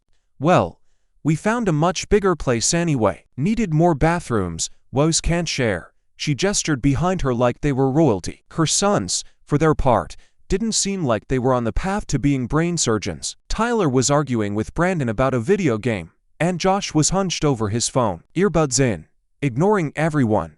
I just said, "I'm glad it worked out," and left it at that. I wasn't going to pick a fight in a coffee shop. But here's where it got interesting. Later that week, I was talking to another landlord friend, Chris, who owns several rentals in the same city. We trade stories sometimes, both funny and cautionary. I told him I ran into Karen, expecting him to laugh at my "you'll need to repaint" story, but he went pale and said, "Wait, that family, with the 3 teenage boys." Turns out, Karen and Rick had actually rented one of his properties a few years back, and guess what? It was a disaster. The kids trashed the place. Broken doors, stained carpets, holes in drywall. They constantly fought with neighbors over no's. Karen called Chris almost weekly demanding upgrades like new appliances, repainting, and even tried to bully him into installing a hot tub because stress relief is a medical need. When he refused, she stopped paying rent for 2 months, claiming the house was uninhabitable because the water pressure in the upstairs shower wasn't spa quality. It took him nearly 6 months to evict them. By the time they were gone, the damage bill was in the thousands. So yeah, dodged a nuclear bomb there. I know landlords get a bad rap sometimes, and plenty deserve it, but this experience cemented something for me. Trust your gut. If someone shows up demanding you repaint an entire freshly painted house, that's not a tenant you want to sign with. The red flags were practically waving in formation that day. These days, whenever I'm screening tenants and someone seems a little pushy or entitled, I think about Karen and her feral trio. It's like my personal cautionary tale, and honestly, running into them all these years later was just the universe's way of saying, good call walking away, because sometimes the best deal you make is the one you don't sign. Final update. It feels strange putting this story to bed after so many years, but here we are. A lot has changed since that bizarre showing with Karen and her bathroom averse woes. The rental house itself has been through its fair share of tenants, upgrades, and repairs, but this year I finally closed that chapter. After nearly 2 decades of owning it, I sold the house. I didn't sell because of bad tenants. In fact, I had more good experiences than bad, but because the market was red hot, and the offer I got was too good to pass up. I had put a lot of love and money into that place over the years, and the buyers were a young couple looking for their first home. They walked through with excitement in their voices instead of entitlement in their tone. And when we closed, it felt like the house was going exactly where it needed to go. Packing up the last of the paperwork and walking out of there one final time made me unexpectedly sentimental. I remembered every showing, every fix-it weekend, every late-night call about a busted water heater, and of course, I thought about Karen, the family that almost became my biggest mistake. Funny enough, running into them at the coffee shop last year ended up being the last time I ever saw them in person. But their legacy lived on in the stories I heard from other landlords. Chris wasn't the only one who had to deal with them. Another guy at a neighborhood barbecue told me that the three woes were notorious in their high school for destroying bathrooms and pulling pranks that were closer to vandalism than humor. Apparently, the whole family bounced from rental to rental like a traveling circus. The fact that I dodged them all those years ago felt even luckier in hindsight. I had my fair share of imperfect tenants, sure, but nothing close to the disaster stories that followed Karen and Rick. That's when it really clicked. Trust your gut, always. If someone shows up acting like the world owes them something before they've even signed the lease, believe them.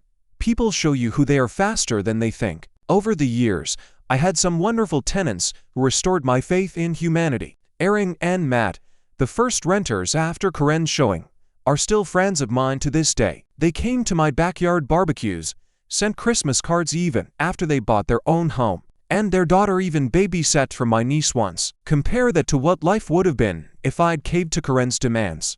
Repainting perfectly white walls, ripping out floors, upgrading everything at my expense, and probably chasing her for rent checks while her woes tore the place apart. Sometimes the best thing you do is say no. Selling the house gave me the chance to look back at the whole journey with perspective. That house taught me patience, responsibility, and a whole lot of home repair skills I didn't have before. And in a weird way, Karen taught me something too, that boundaries matter.